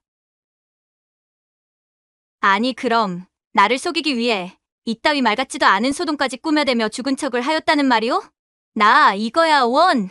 자네가 그리도 배포가 작고 또한 제 아내를 믿지 못하니 그 어떤 여인이 당신을 위해 절개를 지킨다는 말이겠소? 애초에 당신처럼 꼬장꼬장하게 여인에게 정둔이 절개니 고리타분한 것을 요구하는 당신이야말로 사내 실격이여. 아니, 뭐가 어쩌고 어째? 호냐? 그래, 아주 잘 걸렸다. 이 여편네, 오늘 한번 이판사판으로 끝장을 보자.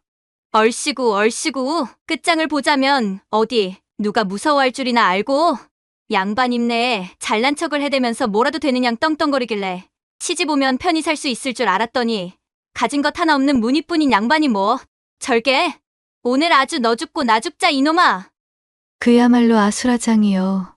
아닌 밤중에 홍두깨인 개판이 벌어지고 말았으니 한때는 참으로 오순도순 고을 사람들의 부러움을 한 몸에 받던 두 사람은 이제 서로의 원수가 되어 지지고 볶기 시작했습니다.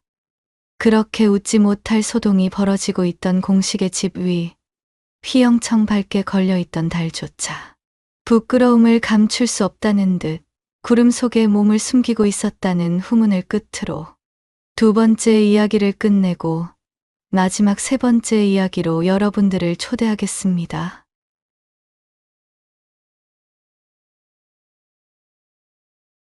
옛날 옛적 조선 중엽의 시대, 행색이 초라하기 그지없는 한 사내가 비척거리는 걸음으로 고갯길로 이어진 산비탈을 타고 있었습니다. 눈두덩이에는 이제 갓 눈곱이 났던 정도로 꽤 죄죄한 몰골이었고 얼굴에는 또한 켜켜이 피로가 쌓여 있어 어느 누가 보아도 거지행색으로 보일 지경이었습니다. 그는 바로 고을에서 벌어지는 잔치나 경사가 있을 때 남의 집의 마당을 빌리거나 그 집 앞에서 춤판을 벌여 각설이 타령과 광대 노름을 해주고 동량을 받는 것으로 생계를 이어가고 있던 젊은 풍각쟁이 판쇠라는 사내였습니다. 발길 닿는 대로 정처 없이 전국을 떠돌며 광대짓으로 동량밥을 얻어먹는 삶을 살고 있었지요.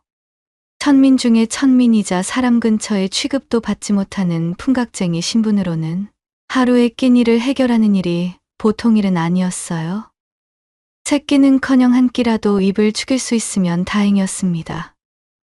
게다가 남루한 행색에 수척한 몰골을 하고 있던 판쇠는 가는 곳마다 업신여김을 당하기 일쑤였지요. 양반 계층은 말할 것도 없고 일반 중인들조차 이 천민 중에 천민인 풍각쟁이를 사람 대접해주는 자가 없었습니다.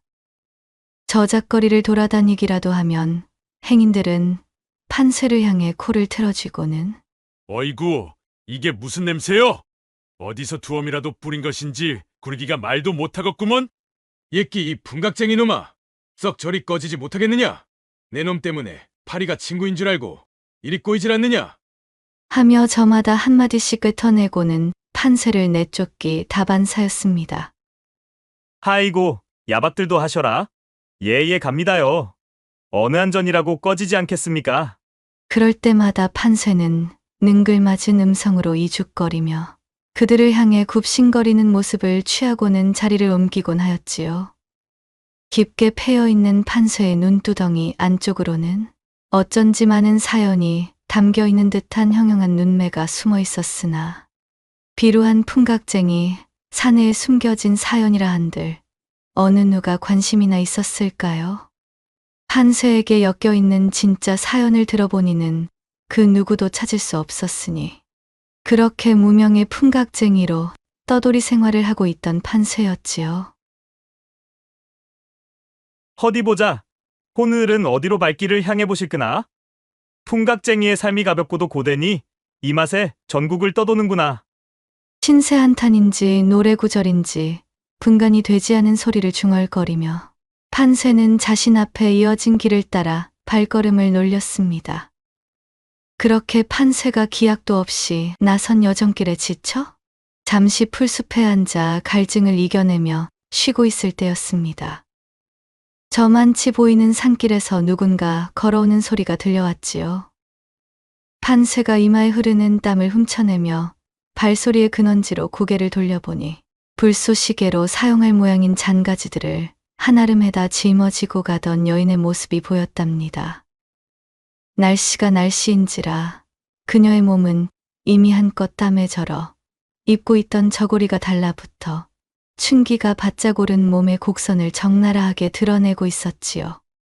어휴, 정말이지. 무슨 놈의 날씨가 이 모양인지. 사람 잡네 사람 잡아. 아, 얼른 돈 많은 영감네 첩실이라도 들어가 팔자를 펴던가 해야지. 언제까지 이런 허드렛 일이나 하며 창창한 내 인생을 좀 먹고 있어야 되냔 말이요? 뿔이 단단히 난 모양인지 처자의 입에서는 연신 험한 말이 튀어나오고 있었지요.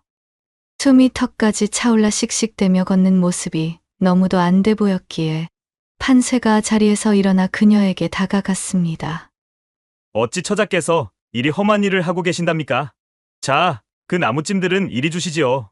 어디까지 가시는지는 모르겠사오나 제가 도와드립지요.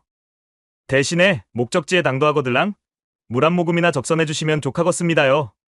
그러자 처자는 뱀눈을 뜨고 판세를 위아래로 훑어보더니 이내 콧방귀를 끼며 답하는 것이었어요. 엄머머? 꼬이라는 부잣집 영감쟁이들은 안 꼬이고 이 무슨 느닷없는 거지 발싸개시람?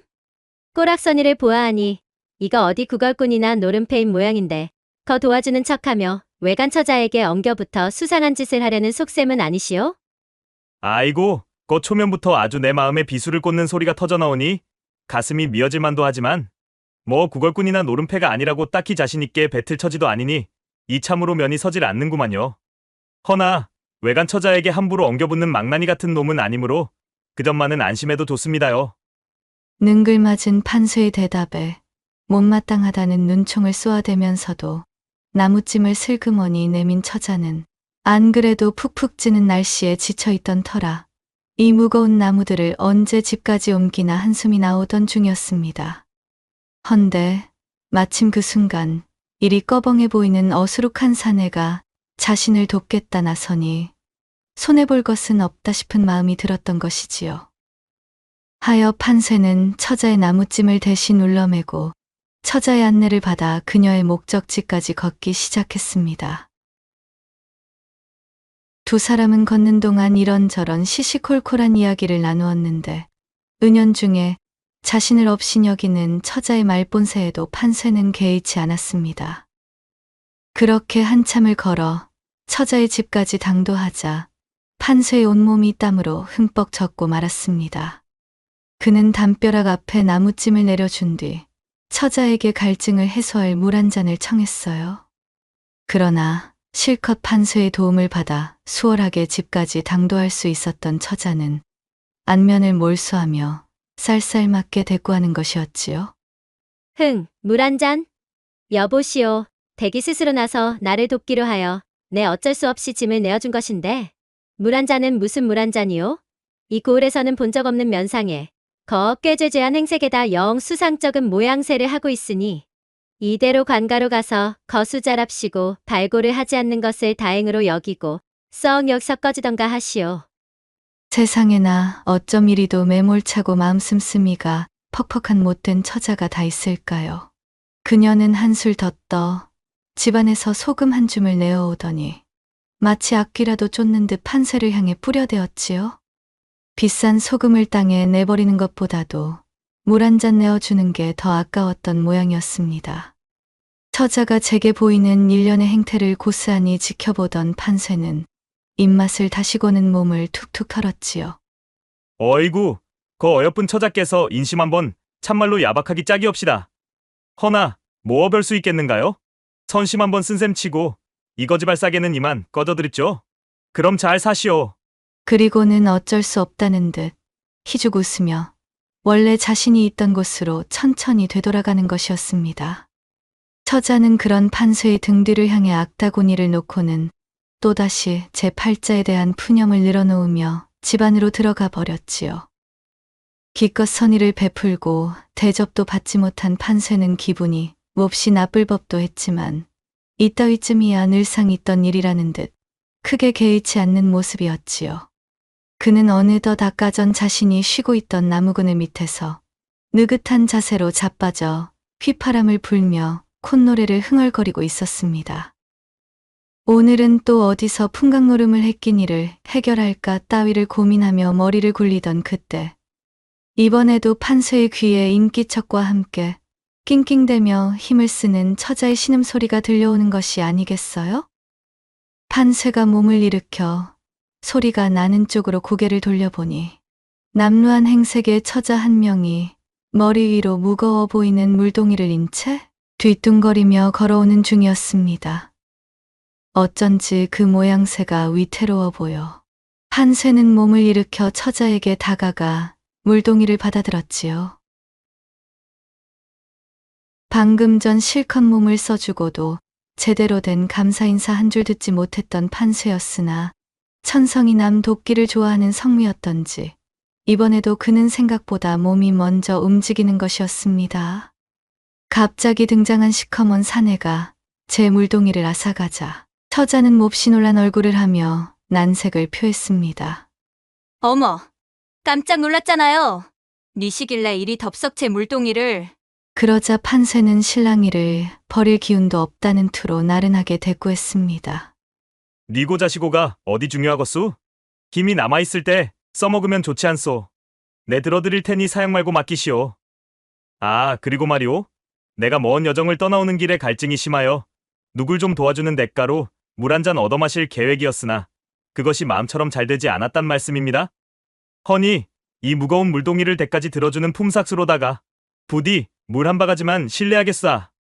그리 말한 판세는 물동이에 떠있는 작은 표주박을 들어 물 한 바가지를 냅다 들이켜며 탄성을 내질렀어요.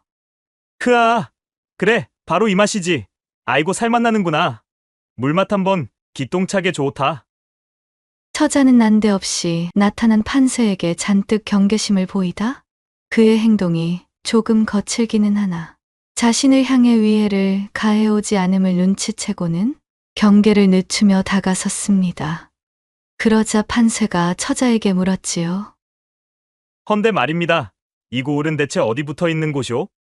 길 닿는 대로 발을 놀렸더니 도대체가 어디 짝에 붙은 고을인지 내 알아먹을 수가 없구만 그래. 이곳은 탐백골이라고 불리는 외딴 산골짝 조그만 동네입니다만. 처자의 대답에 판세가 그녀를 흘끔 훑고는 다시 입을 열었습니다. 내 보아하니 이곳의 길이 상당히 외지고 험한데 곱상 맞고 가녀린 젊은 처자가 어찌 겁도 없이 물동이까지 지고 다니는 게요? 그러다 그 고운 얼굴을 보고 흑심을 품은 파적대들이 혹하여 산채로 덥석 데려가기라도 한다면 어쩌려 그러오? 산세를 보아하니 지나는 과객들 털어먹으려 혈안인 놈들이 숨어 있어도 하나 이상할 것 없는 지형이구려. 판세의 심드렁한 말투에 처자가 볼을 살짝 굴키며 답했습니다. 우물가에서 물을 길어 집으로 가던 중이었지요. 유일한 수원지라 싫든 좋든 하루에 2번씩은 다녀와야 합니다. 작은 마을이라 우물까지 거리가 있어? 어쩔 수가 없어요. 그나마 저 우물이라도 없으면 아주 곤욕을 치르는 거려. 그렇구만. 자, 아무튼 이도 인연 중에 인연이니 앞장서슈. 산에된 도리로 얻어마신 물값은 톡톡히 해야지. 내 대까지 물동이를 이고 가져다 드리리다. 그리하여 판세는 처자의 안내를 받으며 물이 가득 담긴 동이를 이고는 그녀의 집이 있는 탄백골을 향해 걸어가기 시작했습니다. 고생 많으셨어요. 고갯길을 넘느라 겨우목이나 축인 것으로는 잔뜩 시장하실 터인데 욕이나 하고 가셔요. 판세가 처자의 집에 도착하여 부엌에 물동이를 내려놓고 크게 숨을 고르자 처자가 판세를 향해 감사 인사를 전하며 살갑게 말했습니다. 그것은 판세가 이 고을에 들어선 이래로 처음으로 받아보는 친절이자 호의였습니다. 이거 내 처지가 겸양이나 제며 거절할 깜냥이 아니니 내어준다면 참으로 고맙게 얻어먹겠사. 판세가 능구렁이처럼 웃으며 대답했고 처자는 피식 미소를 띠고는 부엌에 들어가 조촐한 밥상을 차려왔지요. 다 쓰러져가는 초가 삼간 처자의 집으로 짐작이 가능하듯 찬이라고는 풋고추와 된장뿐인 보리밥 한 그릇이었으나 쫄쫄 굶고 있던 판세에게는 그야말로 수라상이 따로 없었습니다. 평상에 걸터 앉아 풋고추를 된장에 찍어 마파람에 개눈 감추듯 개걸스레 보리밥 한 그릇을 말끔히 비워내고 있자니 그 모습을 바라보고 있던 처자가 참으로 신기하다는 듯이 두 눈을 동그랗게 뜨며 감탄사를 뱉는 것이었습니다. 세상에나 어찌 그리 밥을 빨리 드셔요? 이리도 끼니를 단숨에 해치우는 사람은 내 평생 처음입니다. 마치 1년은 굶은 사람처럼 호탕하시네요. 행색이 떠돌아 다니시는 제주꾼 행색이신데 그것도 가진 재주 중 하나이신가요? 처자의 말에 판세가 잘 먹었다는 듯이 배를 두드리며 답했지요. 거 내가 보아하니 평생이라고 해봐야 나이도 얼마 먹지 않은 처자 같은데 이런 흉한 꼴이나 보고 지내서야 어디 좋은 일이 있겠수? 처자가 점점 더 이하 생짐승 같은 판세를 바라보며 묘한 호기심을 불태우기 시작할 때에 초가집의 삽장문이 벌컥 열리더니 처자의 아비로 보이는 사내가 마당 안으로 들어섰습니다. 처자의 아비는 선부 출신으로서 현재는 고을 유일의 사공으로 일하고 있는 자였습니다. 커다란 배를 떼지어 운전하는 우두머리 사공인 도사공이나 관에서 설치한 나루터의 사공을 가리키는 진부가 아닌 작은 사선을 운전하고 있는 선인이었지요. 마을 안에 있는 나루를 건너기 위해 사람들이 합심하여 공동으로 장만한 배를 운전하기 위해 고용된 사공으로 뱃삭을 따로 내는 대신 봄과 가을에 출렴한 곡식을 도선비로 받고 있는 형편이었지요. 그리하여 그는 이 마을에 정착할 당시 나루 근방에 움막을 겨우 벗어난 이 초가를 지어놓고 일이 끝나는 저녁 때가 되면 끼니를 해결하기 위해 집으로 돌아왔던 것이지요. 헌데 그런 팍팍한 살림에 힘들게 일하고 돌아왔던 처자의 아비가 제 집에서 떡하니 자신이 딸과 시시덕대고 있는 외간 사내를 보니 어찌 부하가 치미지 않을 수 있었겠어요. 허름한 차림의 판쇠를 보고 눈을 부라리며 물었습니다. 뭐여? 아니 댁은 유시오? 처자의 아비를 발견한 판쇠는 아쉬움 가득한 표정으로 꾸벅 인사하고는 처자를 향해 겸연쩍게 웃으며 말했어요. 어이구, 이거 실례. 집안의 가장께서 이리 오셨으니 이 염치 없는 풍각쟁이는 이제 정말로 사라져 보겠습니다. 처자, 그간 참으로 민폐가 많았습니다. 처자께서 베푼 친절 내 두고두고 잊지 않겠소. 내 한상 잘 얻어먹고 떠나오. 판쇠가 몸을 추스려 일어나 처자의 아비에게 눈인사를 하며 초가를 벗어나려는데 처자가 판쇠를 따라 쫄래쫄래 사리문 밖까지 나오며 그의 옷소매를 잡아 끌었습니다. 그러지 마시고 마땅히 밤이슬을 피할 곳이 정해지지 않았으면 우리 집에서 눈이나 붙이셔요. 누추하긴 해도 밤이슬 피하기엔 그럭저럭 쓸만하실 겝니다. 정처 없이 다니신다 하셨으니 따로 계획 같은 것은 없으실 테고. 뭣? 아니 정말요? 어허, 이거 참으로 우리 처자께서 얼굴만큼이나 그 마음씨 또한 곱고 어지기가 이루 말할 수가 없음입니다. 물론 저야 굶주렸던 배도 처자 덕에 든든하게 채운 마당에 몸 하나 닐 천장이 있는 곳을 내어주면 그저 감지덕지 감사할 따름이지만서도 내게 어찌 이리 잘해주시는 거유? 겨우 물동이 하나 대신 짊어진 값치고는 너무 귀빈대접인디? 아직도 잘 모르시나 본데 나는 돈 한 푼 없는 풍각쟁이 올시다. 판쇠가 반색하며 유들거리자 처자는 대답 대신 싱근 미소를 짓더니 자신은 연님이라며 이름을 가르쳐주는 것이었습니다. 아무래도 이 처자는 난데없이 제 앞에 나타난 풍각쟁이 판쇠에게 커다란 관심이 동하는 모양새였습니다. 노발대발하는 아비와는 다르게 그 눈에서 완만한 호를 그리는 눈웃음이 떠나질 않고 있었으니까요. 그리하여 그녀는 겸양조차 표하지 않고 대뜸 신세를 지려는 판쇠에게 반색하며 판쇠의 손을 이끌어 다시 집 안으로 들였지요. 그렇게 뜻하지도 않게 지붕이 있는 곳에서 하룻밤을 아주 늘어지게 잘 수 있었던 판쇠는 이른 아침을 알리는 공기에 코를 실룩이며 눈을 떴습니다. 덮고 있던 거적대기를 집어던지고 밖으로 나와보니 연님의 아비는 이미 일을 나간 듯 보였고 연님 역시도 물을 뜨기 위해 우물가로 향한 듯 보였지요. 본디, 부녀지간 두 사람이 살기에도 빠듯한 살림살이로 보이는데 더는 폐를 끼칠 수가 없으니 어서 내 갈 길을 재촉하는 것이 맞아 보이기는 허나 이대로 훌렁 떠나버리는 것은 예의가 아니겠지. 길을 나서기 전 인사나 하기 위해 판쇠는 어제의 우물가로 발걸음을 향했고 망연히 기다리고 있자니 이윽고 연님이 물을 길러 나타났지요. 어머, 얘까지 나오셨나요? 코를 골아대는 모습을 보아하니 한낮까지는 늘어지게 주무실 줄 알았는데 벌써 일어났어요? 덕분에 노숙할 팔자도 벗어나고 참으로 고맙구먼. 이제 슬슬 정말 떠나볼까요? 내 인사나 하러 들러시다. 슬슬 떠나볼까 한다는 판쇠의 말에 연님이 몹시 실망한 듯한 표정으로 눈을 깜빡이더니 우물쭈물거리며 자신의 발끝으로 바닥에 굴러다니던 작은 돌멩이를 톡톡 건드리기 시작했지요. 자, 그럼 정말 감사했소. 그럼 몸 건강히 잘 지내시오. 나는 이만 떠나봅니다. 판세가 손을 흔들며 몸을 돌리자 연님이 잔뜩 다급한 몸놀림으로 판세의 옷자락을 붙들고 늘어지며 외쳤습니다. 저기요. 저기 말입니다. 정해진 곳이나 일정이 없으시다면 우리 아버지의 일이라도 도우면서 이곳에서. 말끝을 채 맺지 못하고 흐려지는 연님의 말에 판세가 몸을 돌리며 그녀를 바라보았지요. 연지라도 바른 듯 새초롬이 붉어진 볼로 부끄러워하는 연님에게 판세는 잔뜩 신이 나 그녀의 두 손을 덥석 잡으며 말했습니다. 참말이오. 사실 안 그래도 갈 데도 없어 막막하던 참이었는데 일이 나를 융숭이 받아주니 내 몸둘 바를 다 몰라버리겠구만. 연님 처자? 내 이 은혜는 결단코 잊지 않겠소이다. 판세가 제 집에서 정착의 뜻을 내보이자 연님은 이를 드러내며 밝게 웃었고 판세는 덩실덩실 사당패의 꼭투쇠처럼 춤을 추며 기뻐했어요. 이리하여 그날부터 판세는 연님의 집에서 기거하며 연님의 아비 일을 도와 사공일을 거들며 지내게 되었습니다. 그러나 사공은 제 딸이 거렁뱅이를 겨우 벗어난 웬 풍각쟁이에게 콩깍지가 씌어 그를 가까이 두며 살갑게 구는 것이 매우 탐탁치 않았어요.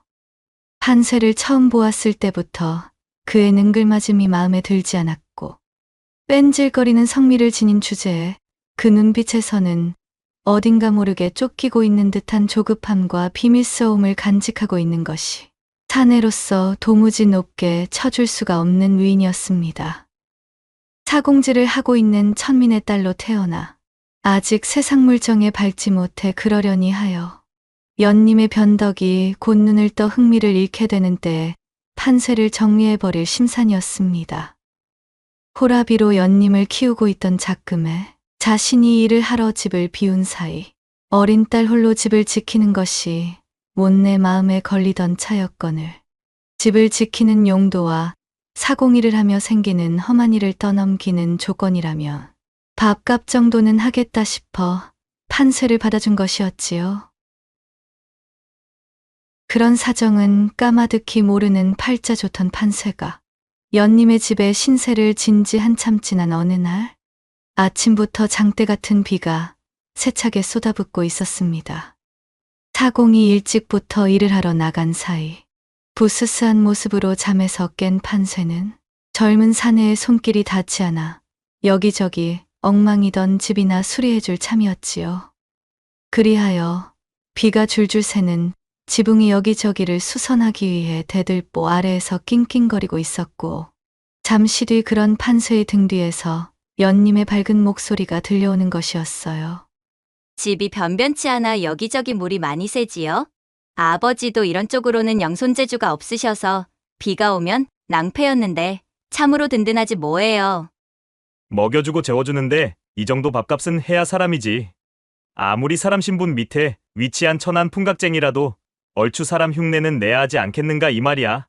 판세가 실실대며 농을 치는 사이 연님이 비가 잔뜩 젖은 옷을 툴툴 털어 소중하게 품에 쥐고 온 보자기를 내밀어 보였습니다.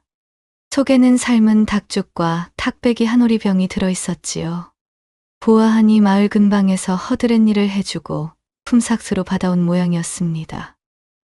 혼자 먹기도 부족한 양이었지만 그마저도 판세와 나누어 먹을 심산으로 혹여나 닭죽이 식을까봐 제품 안에 꼭 품고 온 그 마음이 어찌나 갸륵하고 또 어여쁘던지요. 연님이 그것들을 판세에게 내밀며 수줍게 웃었고 판세는 오랜만에 등장한 기름진 음식에 연님을 자리에 앉히고는 정답게 음식을 나누며 포식했습니다. 그렇게 주거니 받거니 탁배기 한 병을 비우고 떨어지는 낙수 소리를 안주 삼아 몸을 이완하고 있자니 얼굴을 새빨갛게 물들인 채 부끄러워하면서도 입술을 굳게 담은 연님이 머리를 디밀며 판세의 품으로 살포 다가와 눕는 것이었지요. 풍각쟁이 판세도 나름 사내는 사내였던지라 여기까지 티를 내는 연님의 마음을 무시할 수는 없는 노릇. 두 사람은 이런저런 대화를 나눌 겨를도 없이 마치 정해진 수순처럼 눈에서 불꽃을 튀긴 후 춘심의 화롯불을 활활지 폈지요. 하늘에서 떨어지는 빗방울은 잔잔하거늘 초가 안에서는 천둥번개가 쏟아질 듯한 격정적인 운우의 한 자락이 요란스레 펼쳐졌고 하늘로 솟구쳐 옥황상제를 만나고 땅으로 꺼져 염라대왕을 만난 기분으로 너를 뛰다 눈앞에 잔뜩 보이는 별에 온몸이 나른해져 까무러친 이후에야 초가 안의 난리법석은 끝을 맺을 수 있었습니다. 오랜만에 기름진 음식을 포식했고 알맞은 온도의 탁배기 한 병까지 비워낸 뒤 세상 다소곳한 처자까지 품었으니 나라님이 부럽지 않을 팔자로 늘어져야 마땅할 터인데 어쩐 일인지 판서의 두 눈에는 하염없이 눈물만 쏟아지고 있었답니다. 하늘을 향해 고개를 치켜 올리고 원망 가득한 눈빛을 쏘아내며 말이지요. 그렇게 한참의 시간이 지난 후 판서의 품에 곱게 안겨 배실배실 웃음을 보이던 연님이 그에게 물었습니다. 서방님, 대체 무엇을 하시던 분이신가요? 아무리 보아도 날 때부터 풍각쟁이 팔자를 주신 분 같지가 않아서 그러합니다요. 물론 제가 배운 것도 없는 무식한 사공의 딸인지라 무얼 알겠습니까마는 그럼에도 불구하고 서방님께서는 어쩐지 다른 사내와는 다른 무언가가 있는 것만 같습니다. 그 말을 들은 판세가 잠시 흠칫하며 몸이 굳는 듯한 반응을 보였으나 이내 장난스럽게 대꾸하며 연님의 주의를 돌리려는 듯 행동하기 시작했지요. 아니 연님 처자, 내게서 그런 것이 보인단 말이오? 가만 보면 연님 처자도 참 재미난 사람이오. 모두가 길을 쓰고 하대하는 나같이 허름하고 꾀죄죄한 초면의 풍각쟁이 놈에게 이리도 친절히 대해주지를 않나. 또한 극진히 보살펴주지를 않나. 어찌 그리도 자애로운 품성을 지녔단 말씀이신지. 배운 것이 없다는 말씀은 하지 않으셔도 될 것 같소이다. 연님 처자보다 더 많이 배우고 더 많이 갖추어도 연님 처자의 발끝에도 미치지 못하는 그야말로 인두겁을 쓴 짐승놈들이 얼마나 많은 세상인데 그러시오? 아무튼지간에 나 같은 보잘것없는 풍각쟁이를 그리 올려쳐주니 참으로 감개무량이나. 나는 한낱 풍각쟁이일 뿐이니 너무 싸고 돌지 마슈. 눈빛을 보면 알 수 있지요. 제가 아무리 천치여도 서방님이 예사 사내가 아니라는 것 정도는 알 수 있어요. 연님이 입술을 삐죽이며 대꾸했으나 판세는 답이 없었습니다. 그렇게 역사의 첫 장을 쓰게 된 이후 판세에게 완전히 매료된 연님은 이제 눈에 보이는 것이 없었지요. 제 아비의 눈을 피해 삼경의 시간이 넘으면 몰래 일어나 판세가 묵고 있는 헛간을 찾아 그와 함께 불같은 시간을 적시는 것이었습니다. 그러다 결국 그 행실이 꼬리가 밟혀 아비인 사공에게까지 들키게 되었으니 발칵 뒤집혀버린 사공의 분노에도 아랑곳 없이 연님은 판세만 감싸고 돌며 그와 혼인하겠다 떼를 썼습니다. 언젠가는 아버지께도 말씀드릴 참이었는데 어차피 일이 들통나게 되었으니 이참에 다 말씀드리겠구만요. 우리 서방님과 저는 이미 깊어질 대로 깊어진 사이이니 서방님이 아니라면 그 어떤 사내도 싫구만요. 자신의 생각보다 더욱 철이 없고 막무가내였던 여식에게 어이가 없어진 사공이 입을 쩍 벌린 채 황망히 눈만 꿈뻑거렸지요. 그리하여 결국 풍각쟁이 판세는 연님의 비호 아래 꼼짝없이 이 집의 사위가 되고 말았답니다. 그렇게 한 달여의 시간이 지났습니다.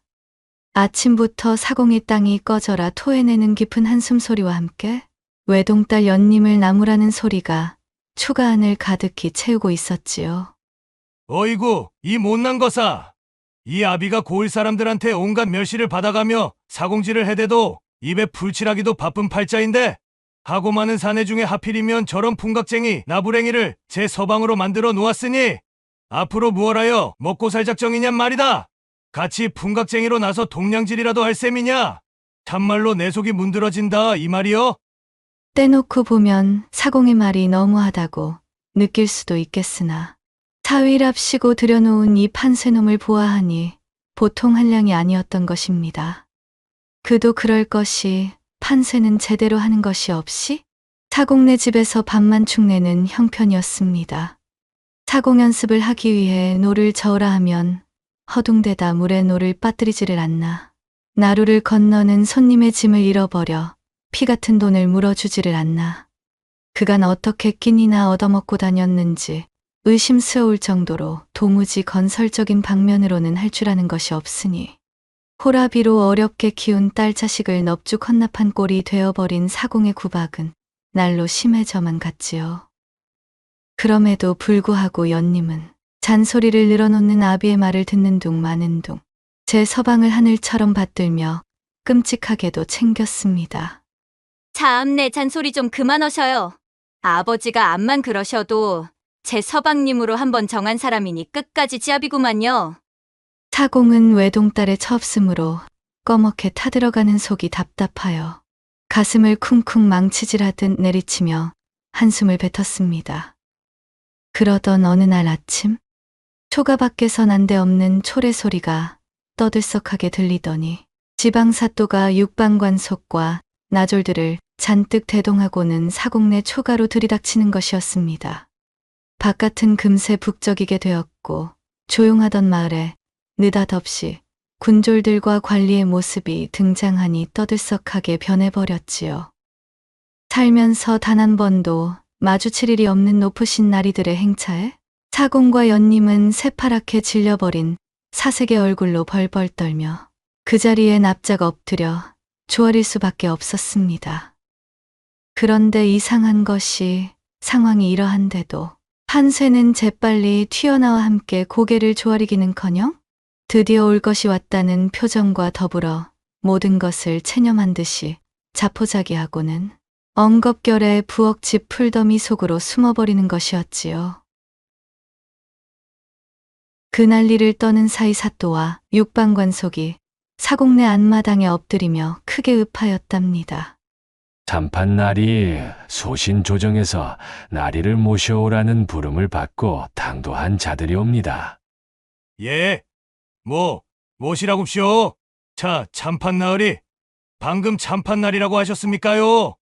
참판이라는 말을 듣고 사공이 토끼눈이 되어 중얼거리는 사이 판쇠가 민망함 가득한 얼굴로 헛기침을 킁킁대며 슬그머니 부엌에서 기어나왔습니다. 네, 그랬습니다.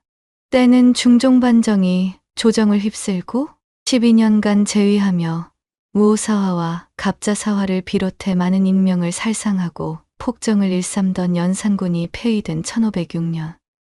갑자사화 때 연산군의 변덕에 휘말려 억울하게 귀양길에 올랐다가 집사의 도움으로 도망쳐 풍각쟁이로 변장한 채 팔도를 떠돌며 숨어 다니기가 2년째였던 젊고 유능했던 참판 판쇠는 마침내 연산군이 폐위되고 세상이 바뀐 것을 미처 알지 못했던 것이었어요. 제 발 아래에 엎드려 있던 사또가 몸을 일으키며 지참해온 번듯한 사모관대를 판쇠에게 입혀주니 허름한 풍각쟁이가 단번에 근사한 고위관직의 양반으로 탈바꿈되었지요. 할 줄 아는 것 하나 없던 한심한 풍각쟁이 사위가 실은 정체를 숨긴 채 유랑하던 참판나으리라니요. 그것도 모르고 그간 있는 구박 없는 구박을 일삼으며 그리 하대를 하였으니 그 모습을 보고 있던 사공이 온몸에서 식은땀을 흘리며 안절부절 목숨만 살려달라 구걸하기 시작했습니다. 판쇠는 머리를 긁적이며 제 장인의 굽신거림을 말리기 위해 몸을 일으켰습니다. 그러는 사이 이런 난리통을 처음 겪는 통에 예법에 서툴렀던 연님이 미처 충분히 거리를 벌리지 못한 채 엎드려 있자 사또가 그녀에게 걸리적거린다는 투로 호통을 치며 물러나라 윽박을 질렀고 그 모습을 본 판쇠가 엄한 목소리로 소리쳤지요. 어허, 거 무엄하오. 그 여인은 나의 부인되는 사람이니 썩 얘를 갖추고 함부로 대하지 마시오. 사또의 큰절을 받으려다 말고 판쇠가 뒤돌아 연님에게 손짓하며 다정하게 말하는 것이었습니다. 저기, 부인. 그 구석에 쭈그리고서는 못하고 계시오. 부인도 어서 이리 와서 내 옆에 앉으시지요. 곧 조정으로 불려갈 모양새이니 이참에 내 차근차근 설명드리리다.